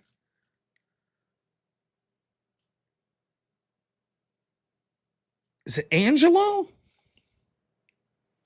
Anyways, I've not watched this debate, but he had this debate in Sean Kelly's show in April. So a couple weeks ago. I thought we'd watch some of it. We're not going to get through it all, but let's watch a little. Thank you to Sean for letting me use this. So I'll put the link. Obviously, I'll be commentating on it, so not just ripping his video, but check it out and give it a like. This is the gentleman I'm debating. The topic of the debate is, should there be race-based reparations? I'll be on the no side. So I'm going to speed it up unless they happen to be unusually fast. So we'll watch it at 1.25 speed. Again, we'll probably only get through 15, 20 minutes of this because I tend to talk a lot. Now, I will say this. This is not indicative of how the actual debate went. But if you read the comments are overwhelmingly pro Angelo. The other guy's name's Bo. Why is he so emotional? Bo talks too much. He gaslights. Austin, that's his name, ate him up. every comment's just, yep, reparations are based. Austin did great. Bo's getting cooked.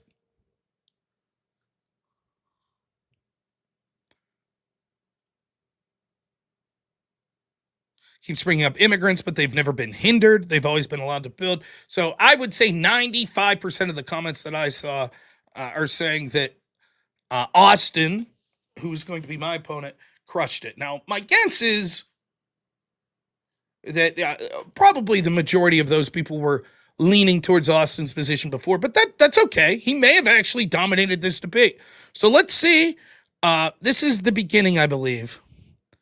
Our own bootstraps. Now, it's a cruel jest to say to a bootless person. Let's see. You were never enslaved. I was never a slave owner. You don't deserve reparations. And if you're a white man in America and you are suffering or you're poor, that is your misuse of your privilege. Same if you're a black It's American. just edited It's over. impossible. If that's true, See, this is why you're a victim. You think people are still holding you back, and you're No, I free don't. American. who are you to tell black people they don't deserve some of some shit they built? What did you build? My What did you ancestors build? built this country. And You don't so did understand mine. that? Each one of us got paid. Are you for it. special? Your Are ancestors you got paid. autistic? Your ancestors got paid, didn't they? Well, then you're stupid. No, you stupid for the shit you just said. Liz- a civil war Liz- between Liz- people that live in the same Hey, fucking country. Can you listen? Can you say something Do- with some substance? Are you bro? capable of listening? I'm capable of listening to some So then substance. just shut up for a second. All right, here we go. Guys, we got another debate today. We got Austin off script and Bo here today. We're going to be debating reparations. If either of you guys feel like the debate gets out of hand, just raise your hand. I'll step in, or you could say appeal to moderator. We're going to start off with a video, which is why we're debating here today. So play this video. Okay, so that was from a Jubilee 2-on-2 debate, right? You guys did a few months ago. Yeah, it was from Jubilee's Roundtable. And that video, that particular clip, has 1.5 million views now on my Instagram. Wow. And I'm sure other people reposted it too, so it probably got a lot more It's than still that. getting comments as we're doing this debate right now as we speak. So yeah, it's that clip was viral. But I mean, Bo, I give you the floor to open up. No, I would like to ask you a question. Sure. And just lay it out the best you can. Why do you think you deserve reparations? Because the economic impact of slavery and Jim Crow still has a net negative impact that is demonstrably provable for black Americans in this country today. When you look at for example, and I have some notes that I've already written down here, federal policy discrimination going as far back as just as close to the 20th century, redlining via home ownership lines of credit, federal housing agency maps systematically denied black families access to mortgages, home ownership, wealth building through property. GI Bill benefits were disproportionately inaccessible to black veterans, and median white household wealth today is 6 to 10 times that of black households, and that varies by data set per year. But the home ownership gap remains large by 30 percentage points, and these are not random disparities. They track historically enforced exclusion. And the fact So, argument here. Now, you could hear he talks about redlining, things like that. Most of these I've gone through before. Redlining, for example, also disproportionately affected poorer white people. What this was sort of looking at communities that you were unlikely to get your mortgage back. Now, look at the opposite of that. We see the 2008 financial crisis. All of a sudden, it was determined, we don't want to be accused of redlining. We'll give loans out to people that clearly are likely to not be capable of paying them back, right? And what'd that lead to? And so the idea that it's just like, redlining, it was disproportional to black people and blah, blah, blah, and that means that they couldn't have wealth today. How so? Right? It also affected many white people, right? And so what? We've seen recently, one of the major lenders had specific policies that said that they were going to make it more likely to qualify as a white American. So does that mean my great-grandchildren will be able to get reparations for redlining against white people? Or how about all the DEI policies where we've entrenched being black as a reason to prefer? Will we get reparations for that in the future? Anyways, not surprising, redlining, etc. Also, it's just this thing existed, therefore it tracks, which is why we don't get wealth. But there are plenty of people that have came in after that, whose families came in after that, that also didn't have those homes, etc. And their communities are doing quite well financially. So notice how it's just, fact exists, therefore that's the reason for this. And this is oftentimes what happens in these debates. More black men are shot and killed by the police per capita than whites. By the way, not true. But even if it is true, it's like, okay, let's look at the reasons for that. Or more black men are incarcerated per capita. Let's look at the reason for that. It must be racism. It must be. It must be slavery. fact of the matter is that the black people in this country did essentially free labor for 246 years via slavery. That was then compounded by another 100+ years of racial discrimination codified purely on genetics. And black people contributed over $233 billion, again, as slaves to the United States economy that we were never recompensed for.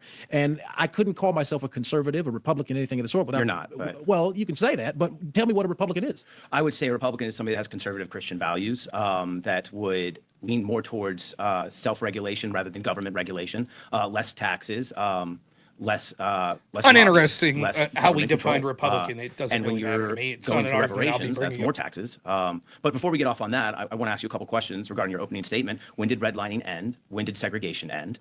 That's been over 60, 70 years at this point, and you guys are still talking about it. So I'm just curious to know, Well, with those things ended, and you actually never experienced them, Right. so I'd like to know why you deserve reparations. I understand why they might deserve reparations, but I want to know why you deserve reparations. Well, let me define. Let me first set a baseline.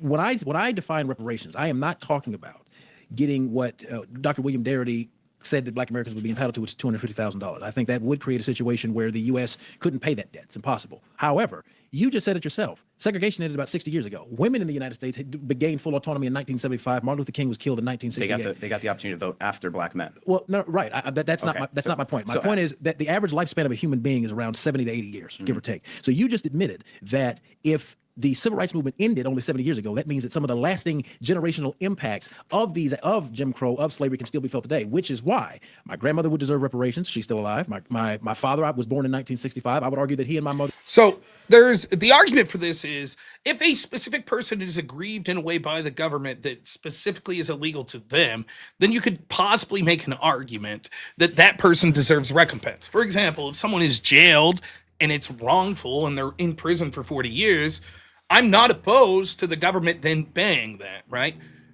But why would the ancestors of that person get paid, right?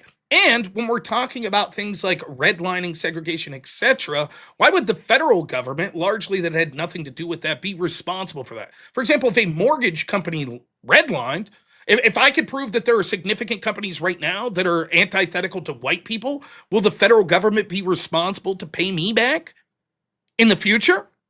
Or would you say, well, you could sue that company? Well, but that company doesn't exist. Did they aggrieve you? Then they exist. If they aggrieved your grandparents, then have your grandparents sue them. That's up to the court. The federal government should not intervene, right? Secondly, what he's talking about here when it comes to segregation, etc., right? What was that? Let's say 70 years, etc., right? That would be roughly 3 generations is what we would consider, right? Segregation doesn't mean that. How do you put the value on how you should be recompensed for that? Right now, we have segregation. There are black-only spaces, including in public institutions like public universities. That's segregation for blacks, programs specifically for blacks. Either A, that itself is reparations or a form of it, or B, I want reparations for the current segregation that's occurring. Why would that be any different? Deserve some form of reparations, and I would argue that the children of these people deserve them. Let's be very clear that during the founding of this nation, the other thing is he didn't really define what he wants as reparations, which is fair. He may do that. He said $250,000, I assume per black person, is too much. Okay, so then what amount are we looking at?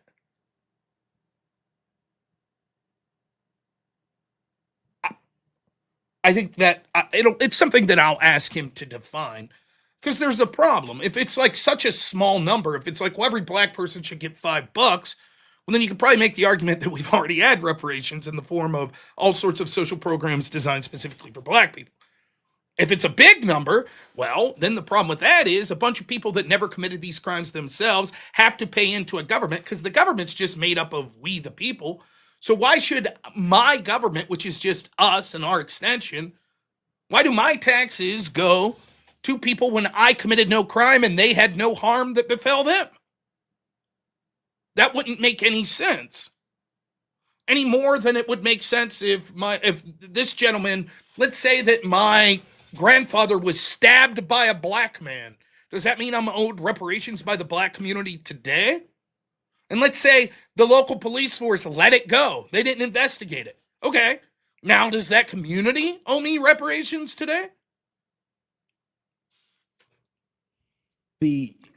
with the passage of the Homestead Acts, 200 million acres of land were given to white European peasant farmers. They were then enhanced by giving them county agents. Say that again? The Homestead Acts were passed shortly after slavery started in the United States. What they did was give away 240 million acres of land in the West and the Midwest. They just gave them away. Yes, in an effort to. You mean people had to go stake their land and fight for it? No, I mean the United States federal government created multiple programs to enable white European peasants to come over to the United States. They were given land grants, and on top of that, they were provided county agents to teach them how to farm. They were also then provided government subsidies to tell them not to farm any further. And the descendants of these people to this day are still receiving federal subsidies not to farm. And these were the same people that are telling Black Americans that we need to lift ourselves by our own bootstraps. Now, Yeah, but what sense does that make?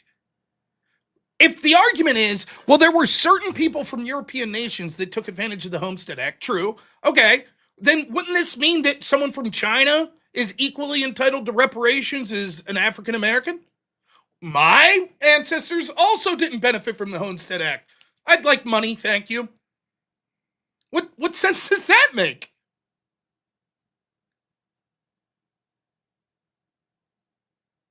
Again, we would then be able to say, how could you not make this same argument? Well, there are specific programs for Black Americans to give Black Americans money or to give them favorable loans, etc. Since I couldn't get that, does my son get to say 40 years from now, wait a minute, my father was never able to get this favorable loan. Therefore, he wasn't able to buy a better house. Therefore, I deserve reparations. Well, that doesn't make sense. Sure it does. Just like this gentleman's family wasn't able, his ancestors weren't able to take advantage of the Homestead Act.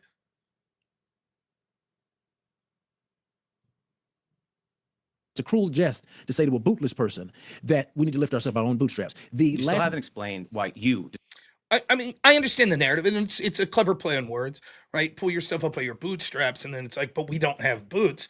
Well, that's not necessarily true. Now, it's certainly true. One of the things in Western society that we've sort of all agreed on, or we used to, was the idea that you don't make people responsible for the sins of the father. If your father owed debts and he passes, we don't then say that you're in debt slavery as the child because your father owed these debts. It's a practice that actually used to occur quite regularly around the world, right? We don't say that. That's sort of considered like antiquated and terrible. It's punishing someone for a moral wrongdoing or some sort of wrongdoing, financial, moral, practical, that you had no responsibility over. We just don't do that, right? And so the idea that but we don't have boots because of that, well, that's clearly not true, right? There's a gap between slavery redlining too, and therefore we don't have boots right now. A lot of people do have boots right now whose ancestors went through that. And there's no reason that we should punish people right now to give those boots, in this metaphor, that had nothing to do with it. Deserve reparations. Well, you didn't allow. Well, let me first explain what my reparations program would look like. It would look like. I just want to know why you think you deserve reparations. Because I'm the descendant of people that built this country that would never pay for it. So am I. And I'm not sitting here claiming for reparations. Wait. How are you? Who I'm a descendant of people who built this country too. Yeah, and right. And y'all got paid I just for think it. you're being a little bit of a victim, and you're victimizing. Well, that's kind of a bummer. For the purposes of my debate coming up, I wanted to hear exactly, and I'll certainly give him time to articulate exactly what his definition of reparations are.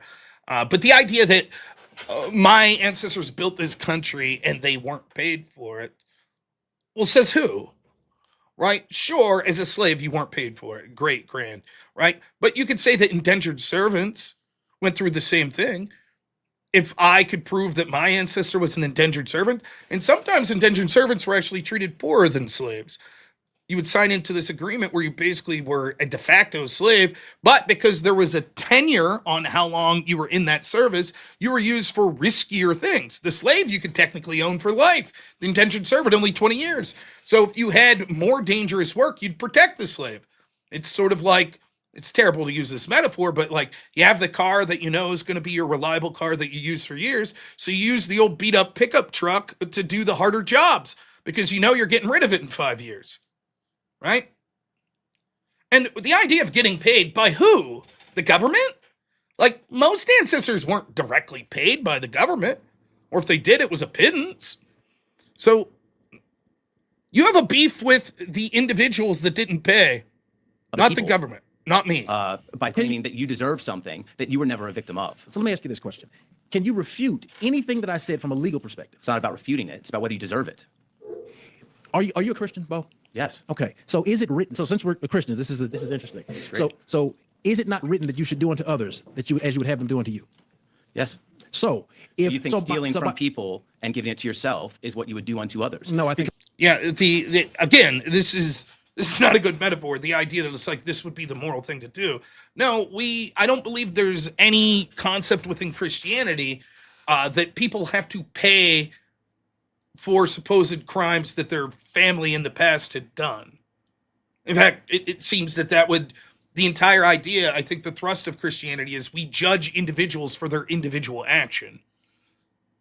So I think the idea of like what he's, and by the way, we judge them in a negative or positive light. You're rewarded for you, the individual, and the actions you take, not for what your father did. You are judged poorly by the actions you do, not what your father did.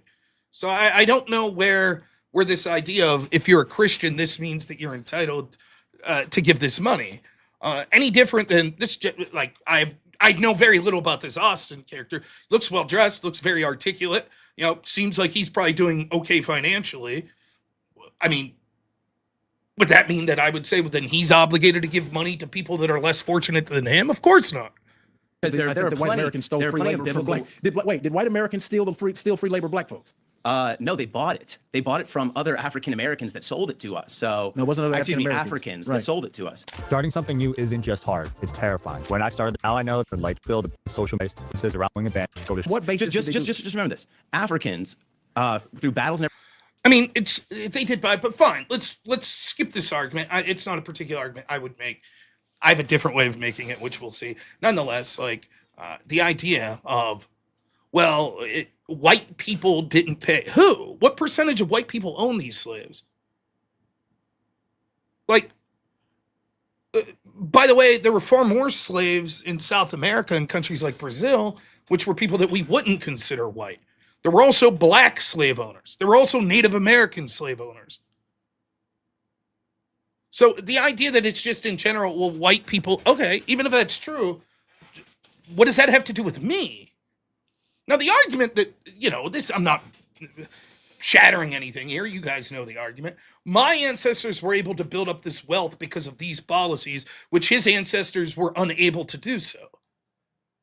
But how does he know that? That's not the story of all whites. In fact, just look real quick here. Obviously, it's something I'll need to delve deeper in. But what percentage of white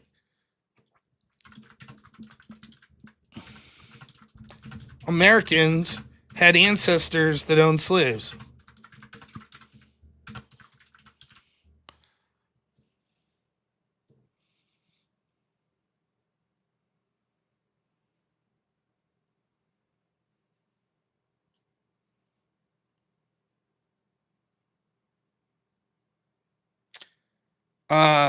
This is just an AI search of it real quick. It says 1.4% of Americans own slaves.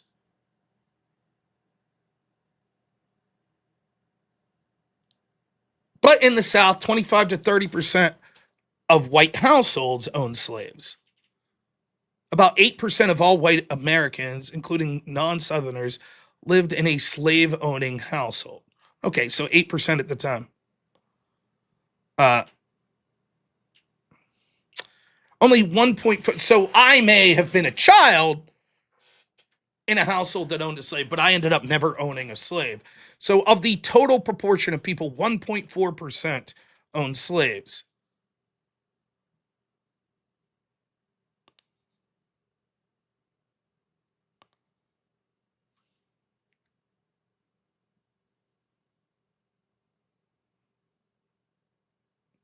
According to this article,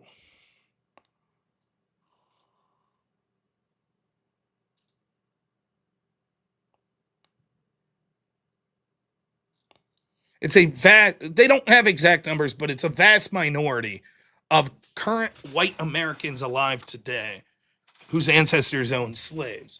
In fact, that goes so far as to say there's a better chance that your ancestors died in the Civil War fighting against slavery than your ancestors ever owned slaves.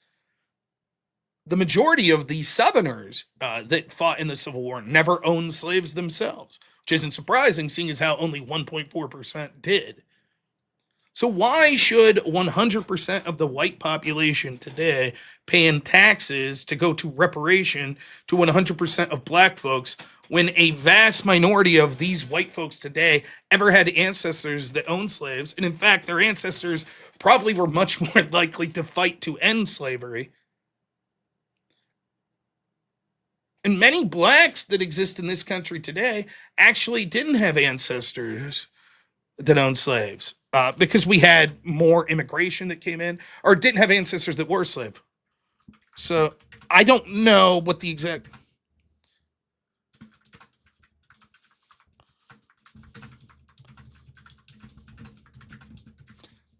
That's an interesting question.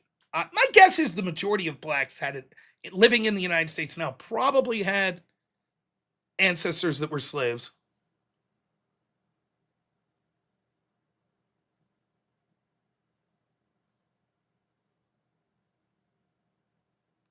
Black immigrants make up about 11% of the U.S. total population.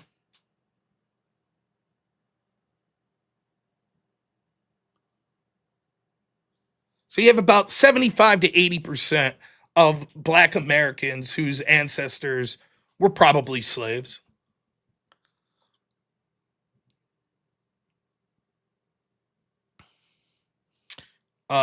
Pew Research did a report on this, a poll.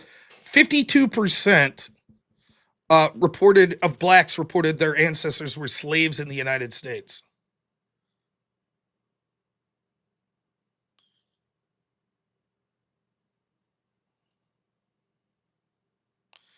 There was about 450,000 Africans that were directly brought from Africa to the slave trade. That's out of 12.5 million for the transatlantic trade, just to give you an idea of how prolific it was in South America. But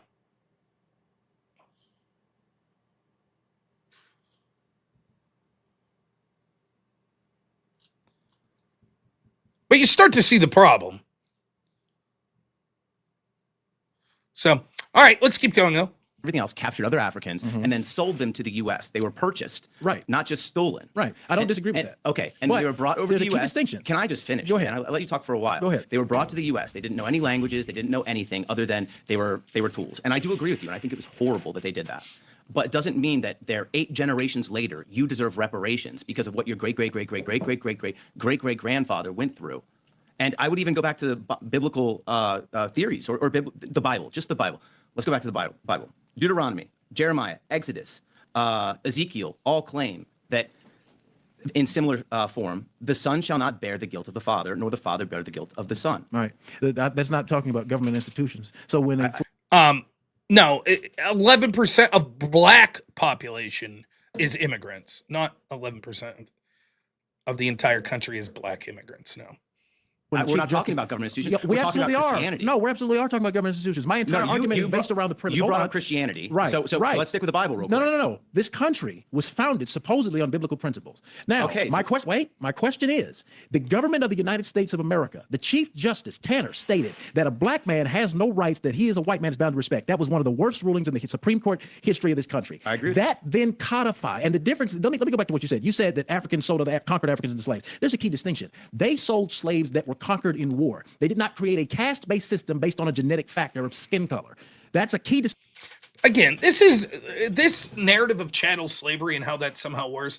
I guess small comfort if you're the person that's sold as a slave in war. Oh, well, at least it wasn't a caste system based on my race. And secondly, what we see is the idea that it was racial is just purely because of the idea that there was such a clear demarcation on the sort of physical appearance, right? So the idea of like, it could very well been if you were this tribe, right, Zulus, and you conquered this tribe, you said everyone born in that tribe is our slave, and we'll keep those people slaves. But because they shared a similar skin color with you, you're like, oh, that's not chattel slavery. But over here, it's like, oh, the only blacks pretty much in this country are people we brought over from Africans, so that's how we know that they're slaves that we bought and paid for. The idea that they like somehow make this like this is why it's unique. Well, why is that uniqueness bad? If I, as a European, right, and there's been many white slaves in the history of the world, right? If my peoples were conquered, right, in a battle and I became a slave, right? Why is it that me and then my children that also become slaves, etc., why are you like, well, at least it wasn't based on your skin color? Why is that make my suffering less valuable? Anyways. Distinction that I'm not gonna let you avoid that in this debate. So can you acknowledge that the Africans that sold conquered slaves were doing so under a different system, however wrong it may be? There is a key difference between selling someone into slavery and then codifying, which is what white Americans did. They created a caste system based around a non-self-determinable genetic factor. That is what happened. The United States government then legally codified this shit to keep black people as tools to be used. This is why the civil rights movement was so successful, because all we were asking the United States. And again, like, it's just arbitrary that you use race as this distinction. You don't think that, like, all throughout history, when you had conquering armies that enslaved their population, that there weren't rules written into their law that said these people are less than citizens? Of course there was. Even if it wasn't codified, it was just the people in authority said, yeah, fuck you, you're a slave. And you were like, hey, wait a minute. But you just passed a law that said we could be treated like shit. Of course you're a slave. Oh, well. At least it wasn't chattel slavery based on race. It was just based on the tribe I was from. To do was to treat us as what the white man was, which was human beings. Is that not what happened? And guess what happened? We decided that you should be treated as human beings. In fact, bloodshed happened all over the country. One of the bloodiest war this country has ever seen. They fought for your freedom, and it's not enough. You still demand that you want reparations and you want everything else 8 generations later. Because when you fought for our freedom, that's like asking a father to get Father of the Year for showing up to his son's basketball game. No, it's not. It's nothing like that. You don't get credit for doing what you're supposed to do. You should have never enslaved us based on skin color to begin with. I agree with that. So then, what are we having a conversation about, Bo? Well, clearly not, because you keep it. Who's we? Who is that? Right? Isn't it amazing? Like, his entire argument is we shouldn't have been treated like crap just as a homogenous racial group. And yet that's exactly what he's doing. We assign blame on you as a homogenous racial group. So if whites, largely in the North, fought to free slaves and died, and that was my ancestors, and let's say hypothetically, my great-great-great-great-grandfather their family lost the farm because his father fought in the North to free the slaves. And so because of that, I could trace a direct lineage to how poor I am because we lost the land because of that, because the patriarch of the family died to free the slaves. Why is it like, oh, but that's like getting Father of the Year for feeding your kid? No, he shouldn't be given the sins of other people, right? Similarly, like, wouldn't we be able to say then that, like, you could cast this judgment, well, black people, there's all sorts of, like, if I could point to an injustice in the world, let's say that I'm like, oh, genocide in Palestine, the fact that black Americans didn't do the right thing, that we could say, they should be impugned as well. If black Americans went over in scores and fought to free the Palestinian people, right, and then 5 generations from now they said, well, still though, we can somehow put some sort of historical blame on you if we think that your taxation went to Israel that caused this genocide in Israel. And you're like, yeah, but my fucking great-great-grandfather went over to fight. He didn't have to, but he did.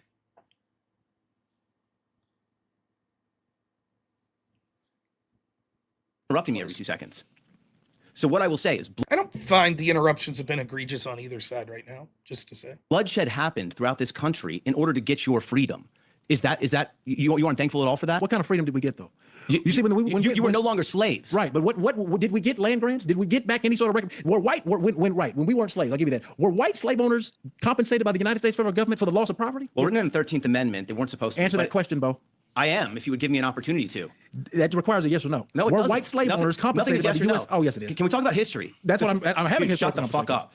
You can say you're pissed because you know what happened. I'm not pissed. I'm annoyed that you won't let me talk. Go ahead. Under the 13th. I mean, I don't know that shut the fuck up was warranted, but okay. Amendment, it wasn't supposed to be, but yes, they were. You wouldn't even let me get to the yes before you interrupted. So yes, landowners were compensated. What's your point? Why do you deserve reparations? You're being a victim. Not only were you were they- never not- enslaved. not only were they you were compensated. never enslaved. I was never a slave owner. You don't deserve reparations. You haven't even discussed that there were black slave owners that enslaved black people. There were. Yes. I think there was anywhere between 3,000 to 4,000 black slave owners. It was 4,000. Like I said, 3,000 to 4,000. Right. And what about only 25% of the Confederate South owned slaves? So you think that all white people should be reimbursing you 8 generations later? No, I don't. Again, you keep making this about. See, the white fragile male ego is really interesting because you keep making this about white people. What I'm looking at is the government institution. I didn't mention white people once outside of looking at who was committing the act. The United States federal government. I mean, he did mention white people many times, and the idea the United States federal government isn't a living being. It is composed of living peoples. They are compelled and coerced to pay tax dollars, and you're suggesting that all of the people that are compelled and coerced to pay tax dollars and put that money in a big pool ought to then specifically pay blacks because of problems that their ancestors had. Okay, well, that means that the white people that you're forcing to do that, and presumably you wouldn't, the blacks are benefiting, that all the races other than whites, not just whites, would have to pay into that. Why?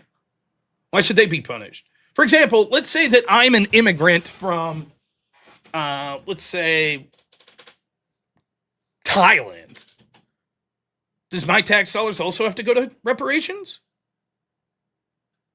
So the problem is he's looking at like the government like it is a living entity. The government did something bad and therefore it must pay back. But it didn't. It's not. The government today is not the government of back then, because the government today is just made up, the money of it is made up of the people today, none of which own these slaves. Government codified a legal caste system based around color. Now, it just so happens that the ones that were occupying those seats happen to be Caucasians from the mountains of Caucasus. Your inability to acknowledge the fact that when this happened from one generation, compounded across 200 plus years, if you're going to say, and sit across me and say that if you repetitively restrict someone's economic ability to move, that it doesn't have a net negative, lasting impact that can impact You've had the generations. economic ability to move for the last 100 years almost. And guess who's outperformed you? Asians, Hispanics, Indians, people from the Middle East have outperformed you over and over again. Why is that? Why is that, Bo? Probably because they came here and they're not victimizing their slavery, or maybe because and holding it over everybody's head. Or maybe it's because they stood on their boots and they made a life for themselves. And they were also able to label themselves as immigrants to receive assistance from the United States federal government off the backs of the work that black people have been doing to gain their own. What benefits were the immigrants getting that blacks weren't? Like what benefits of course, there's a lot of black immigrants, for example, in Somalia, that are getting these benefits. We agree. That's shitty. And so your argument is we want those benefits too? No. And that's mostly untrue. Most of the immigrants that we say are doing great work, like Asian immigrants, face the Chinese Exclusionary Act. In many ways, they were treated far worse in certain areas of the country, particularly out west, California, etc. And yet they managed to do not only well, but supposedly in this white supremacist country, they're outperforming whites as a group.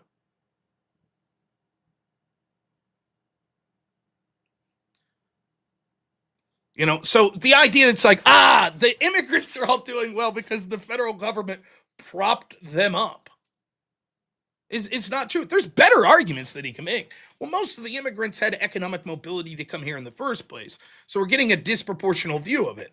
Like, for example, if the top 5% of countries around the world migrate to the United States, they're starting off in a better position, which is why they're doing better. Now, I don't believe that's true, but at least that's an argument that I think is better than, well, these immigrants were financed by the government.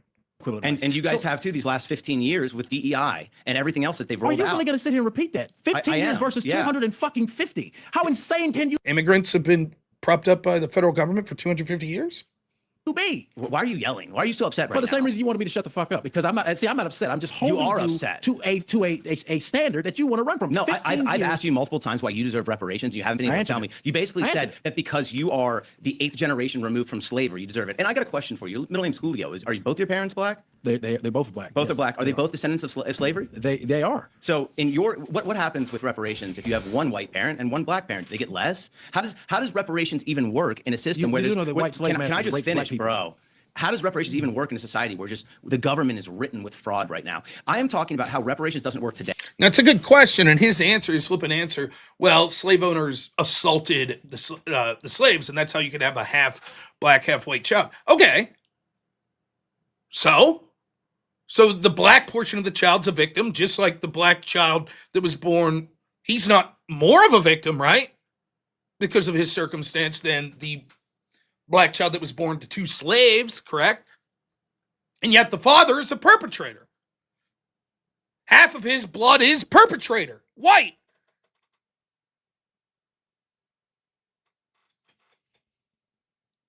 If it had happened back then, more than happy for it. But it doesn't work today. And let's have that conversation rather than go back 8 generations and continue to complain about slavery. Well, I already told you my reparations plan wouldn't be the $250,000. Obviously, you must have skipped that part. So what my reparations plan would look like would be offering homeownership assistance, offering business lines of credit, and actually looking at creating a reparations task force to analyze the current net negative economic impact. But they're already doing business lines of credit. For example, in LA, if you're a small... Yeah, I mean, business lines of credit and home ownership, there are programs right now.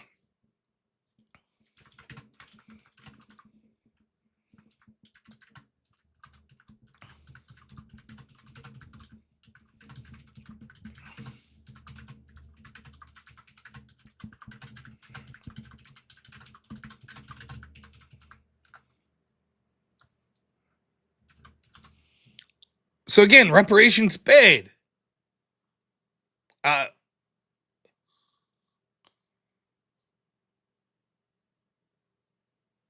Deerfield Fund for Black Wealth in Colorado, Denver, $40,000 for first-time black home buyers. Advanced Black Ownership Programs, Twin City for Habitat's Humanity, targeted forgivable loans or assistance for U.S.-born black descendants of enslaved peoples. The Bank of America's Community Affordable Loan Solution in select cities' flexible terms for black Hispanic census. Chase Dreammaker grants focused on black and Latino buyers. California's Black Ownership, that's what he's about to say, Black Home Ownership Initiative. New York's Credit is Due program. There's no federal program, though HUD and general programs, FHA loans, blah, serve low-income minority buyers disproportionately, but they're not race-restricted. The SBA programs, the business developmental program, helps socially economically disadvantaged business, including black-owned, disproportionately go to black people. 7A loans, microloans, community advantage, prioritize unserved minority communities. Minority Business Development Agency, federal support for minority businesses with technical help, capital access, and partnership. There's the Black Business Loan Program in Florida, the Minority Business Revolving Loan Funds in Connecticut with a $100,000 line of credit for blacks.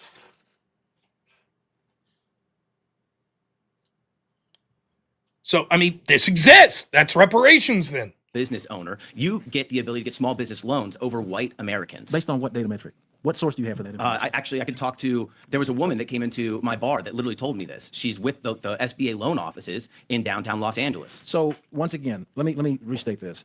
Median white household wealth is approximately 6 to 10 times that of black households, and that varies by the data set or the year. Home ownership gap remains at 30 percentage points between white Americans and black Americans. This is directly due to redlining policies that, I hate to give her credit, but Jasmine Crockett brought this up, Alexandria Ocasio-Cortez has brought this up. There are still economic vestiges of racist originated policies or racially originated policies that exclude black people from home ownership. They also excluded immigrants as well. You act like other people did not go through this. What I'm saying is that why were they able to do better and you guys weren't? Once again, again, home ownership is up amongst white Americans because we're the majority. Well, then that would mean that that's not really a valid data point, because when you look at per capita home ownership. So this is per capita, what you're repeating. No, what I'm looking at is nationally, but you're saying. So nationally, if we have 60% of the population, we would have more home ownership. Right. So you should be pulling from a per capita and not a nationally poll, right? The reason I'm pulling from a national poll is because who controlled this nation for a longer period of time, white or black Americans? I would say white Americans, yes. Okay, so if white Americans controlled this country for a longer period of time, it would stand to reason that they could enact policies that could enable them to maintain their economic stronghold while systematically subjugating the economic ability to move for black Americans. Again, black people are the only race in this country, the only class of people in this country that were deliberately stigmatized based on color. Did that or did that not? That's not true. Who else in this country was stigmatized purely based on You don't think other people don't experience racism? You're not answering my question. I am. I'm asking you a question. Now you're the one yelling. No, it's because you're talking over me. Not really. Yeah. Bro. I do have the approval rates on the SBA stuff if you guys want it. Yeah. Black applicants 35% approval rate, white applicants 64% approval rate on SBA loans. Is this Read Los that one more Angeles? time. This is national. Read that one more time. Can you do Los Angeles? Yeah. No. Go national first. He read it. We don't need to hear it again. So Los Angeles. 64% versus 35. So more than And more can than you do me a twice. favor? Can you narrow that down to the last 10 years, or can you narrow it down to like For the last LA year or for two? national? For LA. Mind you, you want to narrow it down to the last 10 years because it makes your argument look No, slightly better. When I'm looking at the it's national, because you're okay national with data. racial discrimination as long as it's not happening against you. No, I'm not. I never said I was okay with racial Well, then discrimination. why are you sitting here refuting my argument? Why can't we? All right. We've seen enough. I'll say this.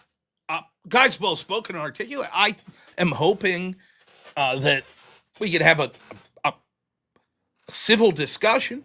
I've certainly seen people in his position argue in a far more absurd way, just like more performative.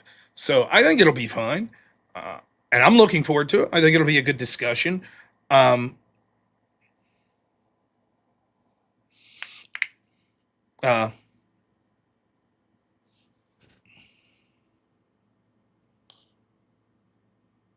It's fine. He can shout at me. I'm not worried about it. But so who knows? Maybe there'll be some sort of agreement. Let's read some super chats here. Blasterbot, $50. Has ever brilliant plan to stop the outbreak of leopards eating people's faces? Let's vote for the leopards eating people's faces party. Their platform of bringing in more leopards and preventing investigation into leopards will help solve the problem. Yeah? Jess White, what's happening? Good to hear from you. Says, nice job as always, Rob. Not one step back. Thank you. Trav for $5 says, what are your thoughts on reparations for Japanese people during World War II and after? My feelings are the people that were directly enslaved or interred illegally probably would deserve some form of reparation, or perhaps their immediate children. After that, I'm sorry, it's too late. We can't go back and cure all of the sins of the past. We just can't. So, Isley Robert, $5 says, he brought up SCOTUS, said slaves were property. Does that mean slave owners need reparations for the loss of property? And David Moore, $20 says, we can pay reparation in Confederate dollars. That would be representative of all the slave states that were built. Or it would be fair to present the current descendants of slaves with a bill for the cost of the Civil War. Shh, it's going to be part of my argument. So,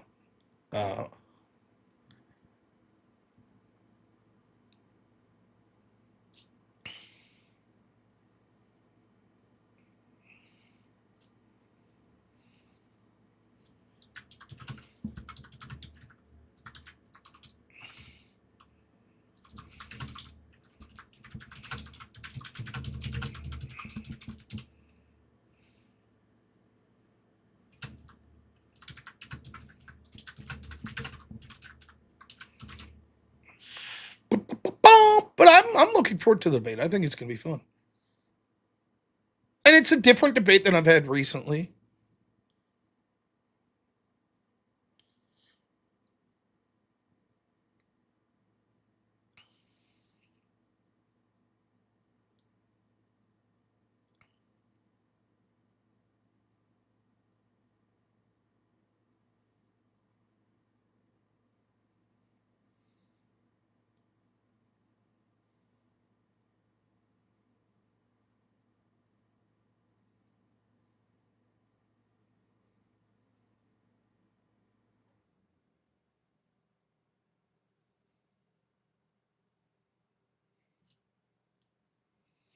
All right. What do y'all think? I'm excited for it. I think it's going to be a good debate. I'm pumped! Of course, as I said, I have a strategy that I won't be using that's a bit over the top and fucking hilarious. But I'm not going to do that. It'll be at 9 p.m. Eastern tomorrow, and then it'll be on all channels that I'm on. So it'll be on all these channels you can find it. Yeah, I'll be debating Austin there. So I'm looking forward to it. I think it's going to be good. Abolitionist Rising videos. No, I've never seen them. He does not seem like the type to ask to see my penis. You're right, Thomas. So that is. Oh shit. Did we get a Brian Shapiro mention? No! Say it ain't so. He harasses women in messages, has a weird infatuation with men's organs. He's a syndicated radio host, and it's all about respect. He's Brian Shapiro.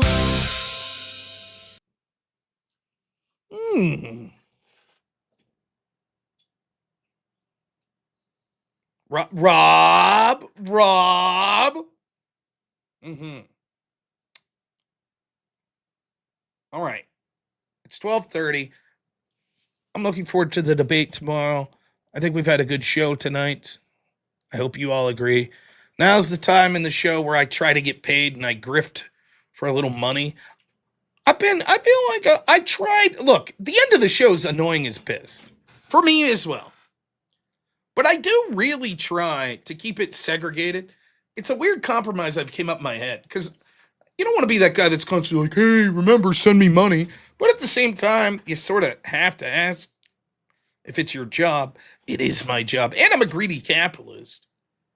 And Wade Boggs likes this part of the stream best. I disagree.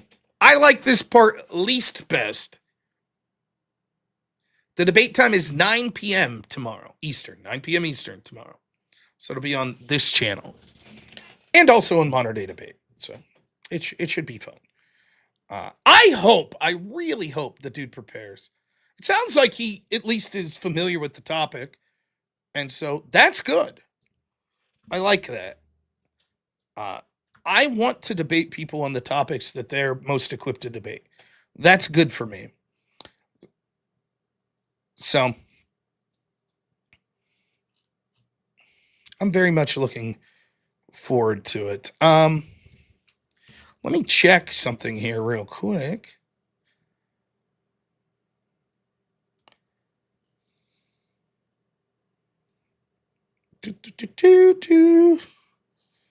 Oh, look at this.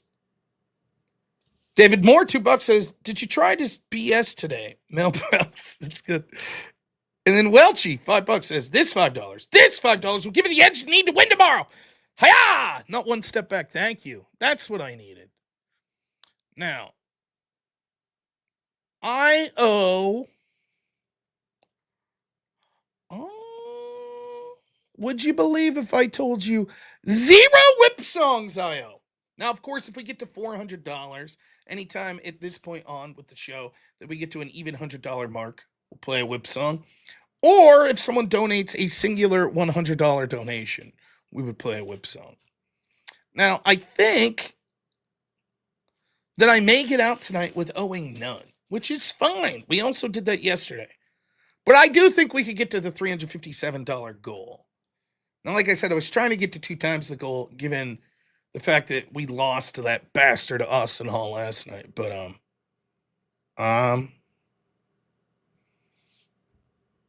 gentlemen, we got to keep our phony baloney jobs. Harumph! Great movie, man. Blazing Saddles, one of the all-time best.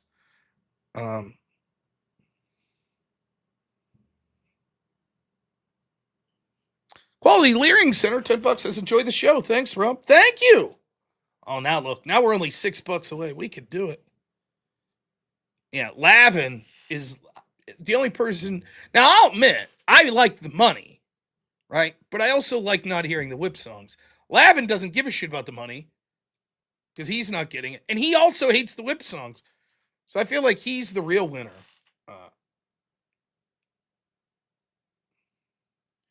This creamy guy. I don't know what's going on with this creamy guy. Everybody's like something. I don't know. Pandemic, $6 as I'm doing my part. Oh my goodness, that'll be go.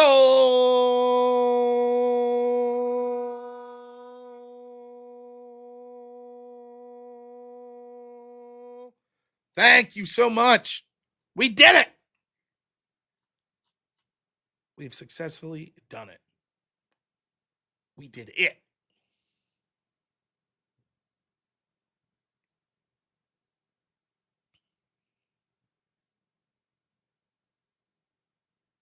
We are only $43 away from a whip song. That's true. So if you donate $43, that'd be a whip song. If you donate $100, that'd be 2 whip songs. Now, I did play the Jim Hayes song earlier, our chat of the month, the great Jim Hayes. David Moore, $2 says, you are the real heroes, Homelander. Thank you. I've never watched that show. Actually, no, that's not true. I think I saw 1 episode, the first episode. It actually wasn't bad. I've heard that the show got worse as time went on. That it leaned into the just like, it's about Trump. And it sort of lost its steam. I, however, did watch the first season of Invincible, and I liked it. Wade Boggs, $50 says half price whip song. Let's go. The great Wade Boggs. I can handle one. That's no problem. So we could manage that. All right. There we go.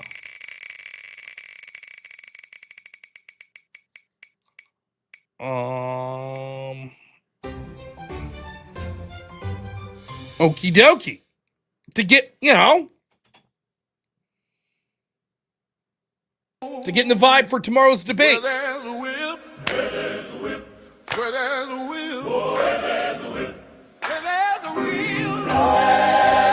Where's a whip. Oh, we don't want to go to war today. Hey, but the Lord of the land. Oh, there's a whip.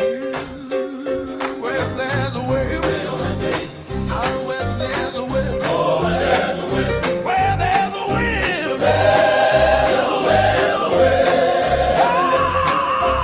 Left, right, left, right, left, right, left, right, left, right, left, right, there's a whip. Oh, there's a whip. A crack on the back says we're gonna fight. There's a march all day and night and more.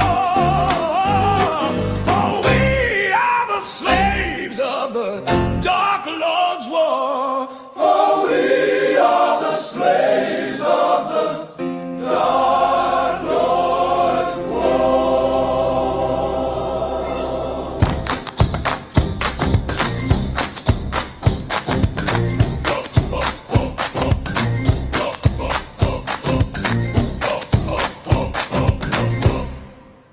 Where there's a whip, where there's a whip, where there's a whip, oh, where there's a whip, where there's a whip, right, so there's a way. Where there's a whip, where there's a whip, where there's a whip, oh, left. It was a good one. If you're only going to play one, I guess that one was fine. What's the debate with Creamy over? I didn't see what was going on.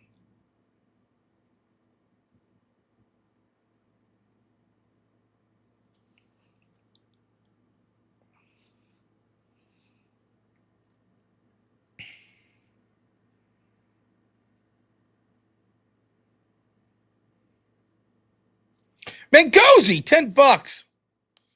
Thanks so much over Rumble says, definitely won't hear Disney tonight. Wow. You have two options. Someone could donate $150 to request it. Or someone could, if we get $600 of donations to get up to 1,000. Oh, there's no debate. That's the joke. Okie dokie. I try to keep my eye on the Rumble chat and on the rest of the chat. But I did not watch the Jay Dyer debate.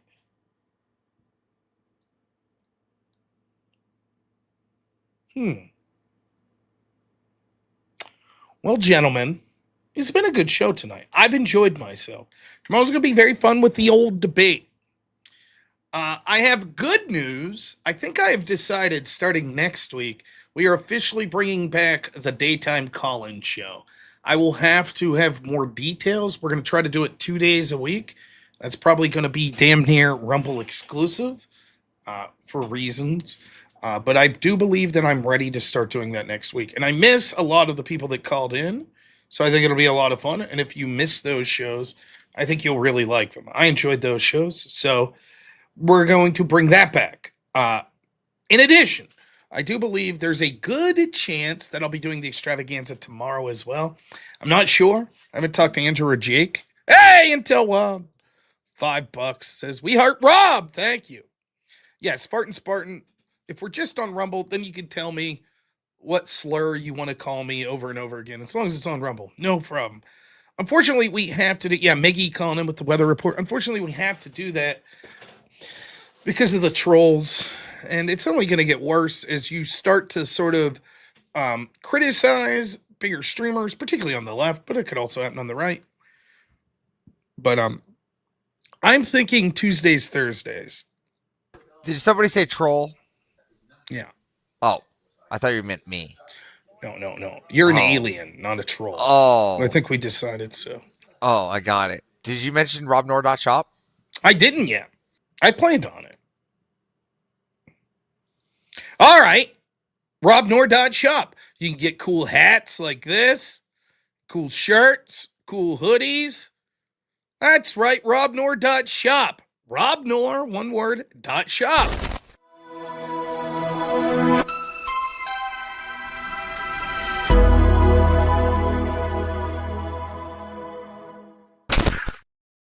Also, my good friend Jungle is going to be helping me out with something. I'm not going to talk about it yet, but I think you guys are going to really be pleased with this. It's not going to be something for sale, but the plan is it'll be something that you could win on my channel. Maybe if you win the chat of the month or things of that nature.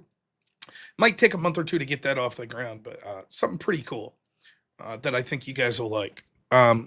Jungle is the best. The great Jungle. Great dude, man.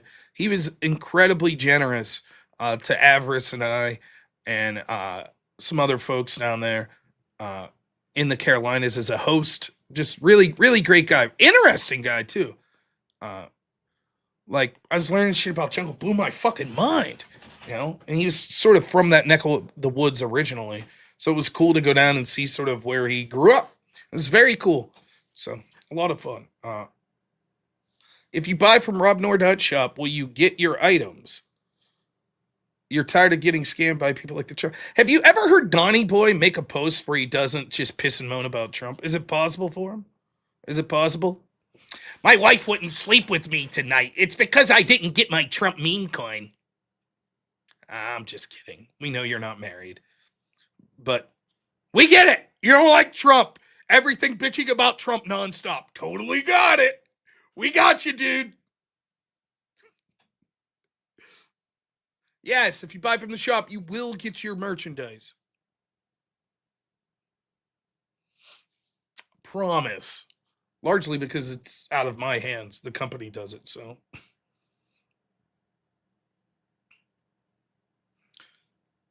I went to McDonald's today and ordered extra salt in my fries, and they didn't give it to me. Trump is in Iran, so it's no surprise, right?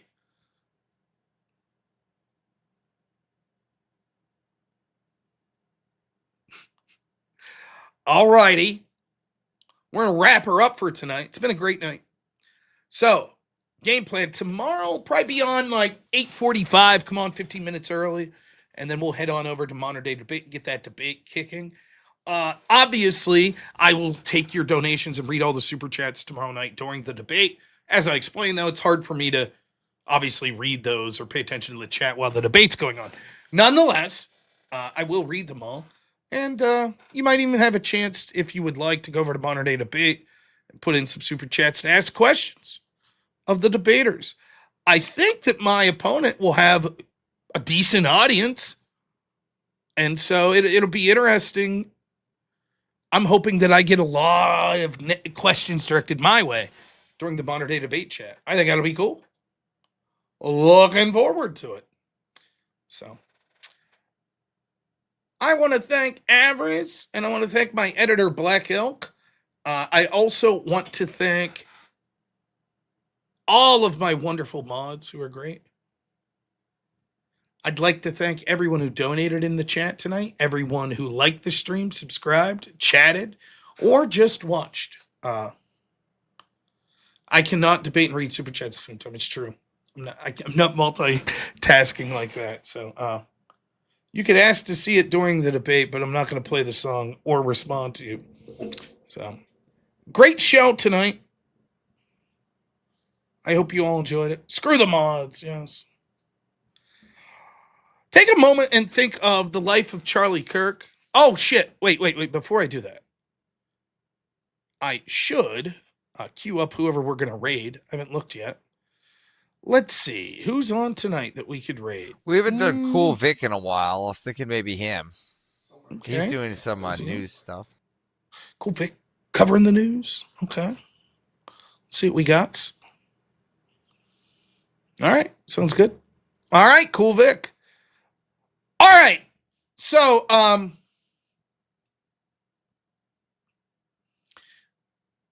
take a moment and think about what the stakes are. We talked about the problems with voting Democrat. Make no mistake, the idea that there's, most of them are moderate. I'm not saying there aren't Democrat voters that aren't extreme. Of course that's the case. But look at how fucking bloodthirsty they were when Charlie Kirk died and how they mocked him and his family. Make no mistake, that's what the stakes are. So please, say a prayer for Charlie and his family, particularly his daughters. And never forget what the stakes are. Thank you so much for tonight. Enjoy the Raid of Cool Vic. I will see you all tomorrow around 8:45. As always, have a good one. Only in America is it possible to say, you know what, I don't like the way the country is going, and to do something about it. Take that risk. Take that leap of faith. Stay involved. Trust God and act obediently. Romans 12:2 verse. That God will use all things for good for those who love him. It's bigger than you. I want you to remember that. It is bigger than you. It's bigger than me. You are here to make somebody else's life better, the pursuit of liberty and freedom. You know what gives me strength? The hundreds of thousands of you that say, Charlie, keep going. 1 Corinthians 5 and 15. So that's all pretty amazing evidence, not just intra-biblical evidence, but extra-biblical evidence that Jesus Christ was a real person. He lived a perfect life. He was crucified, died, and rose on the third day, and he is Lord and God of all.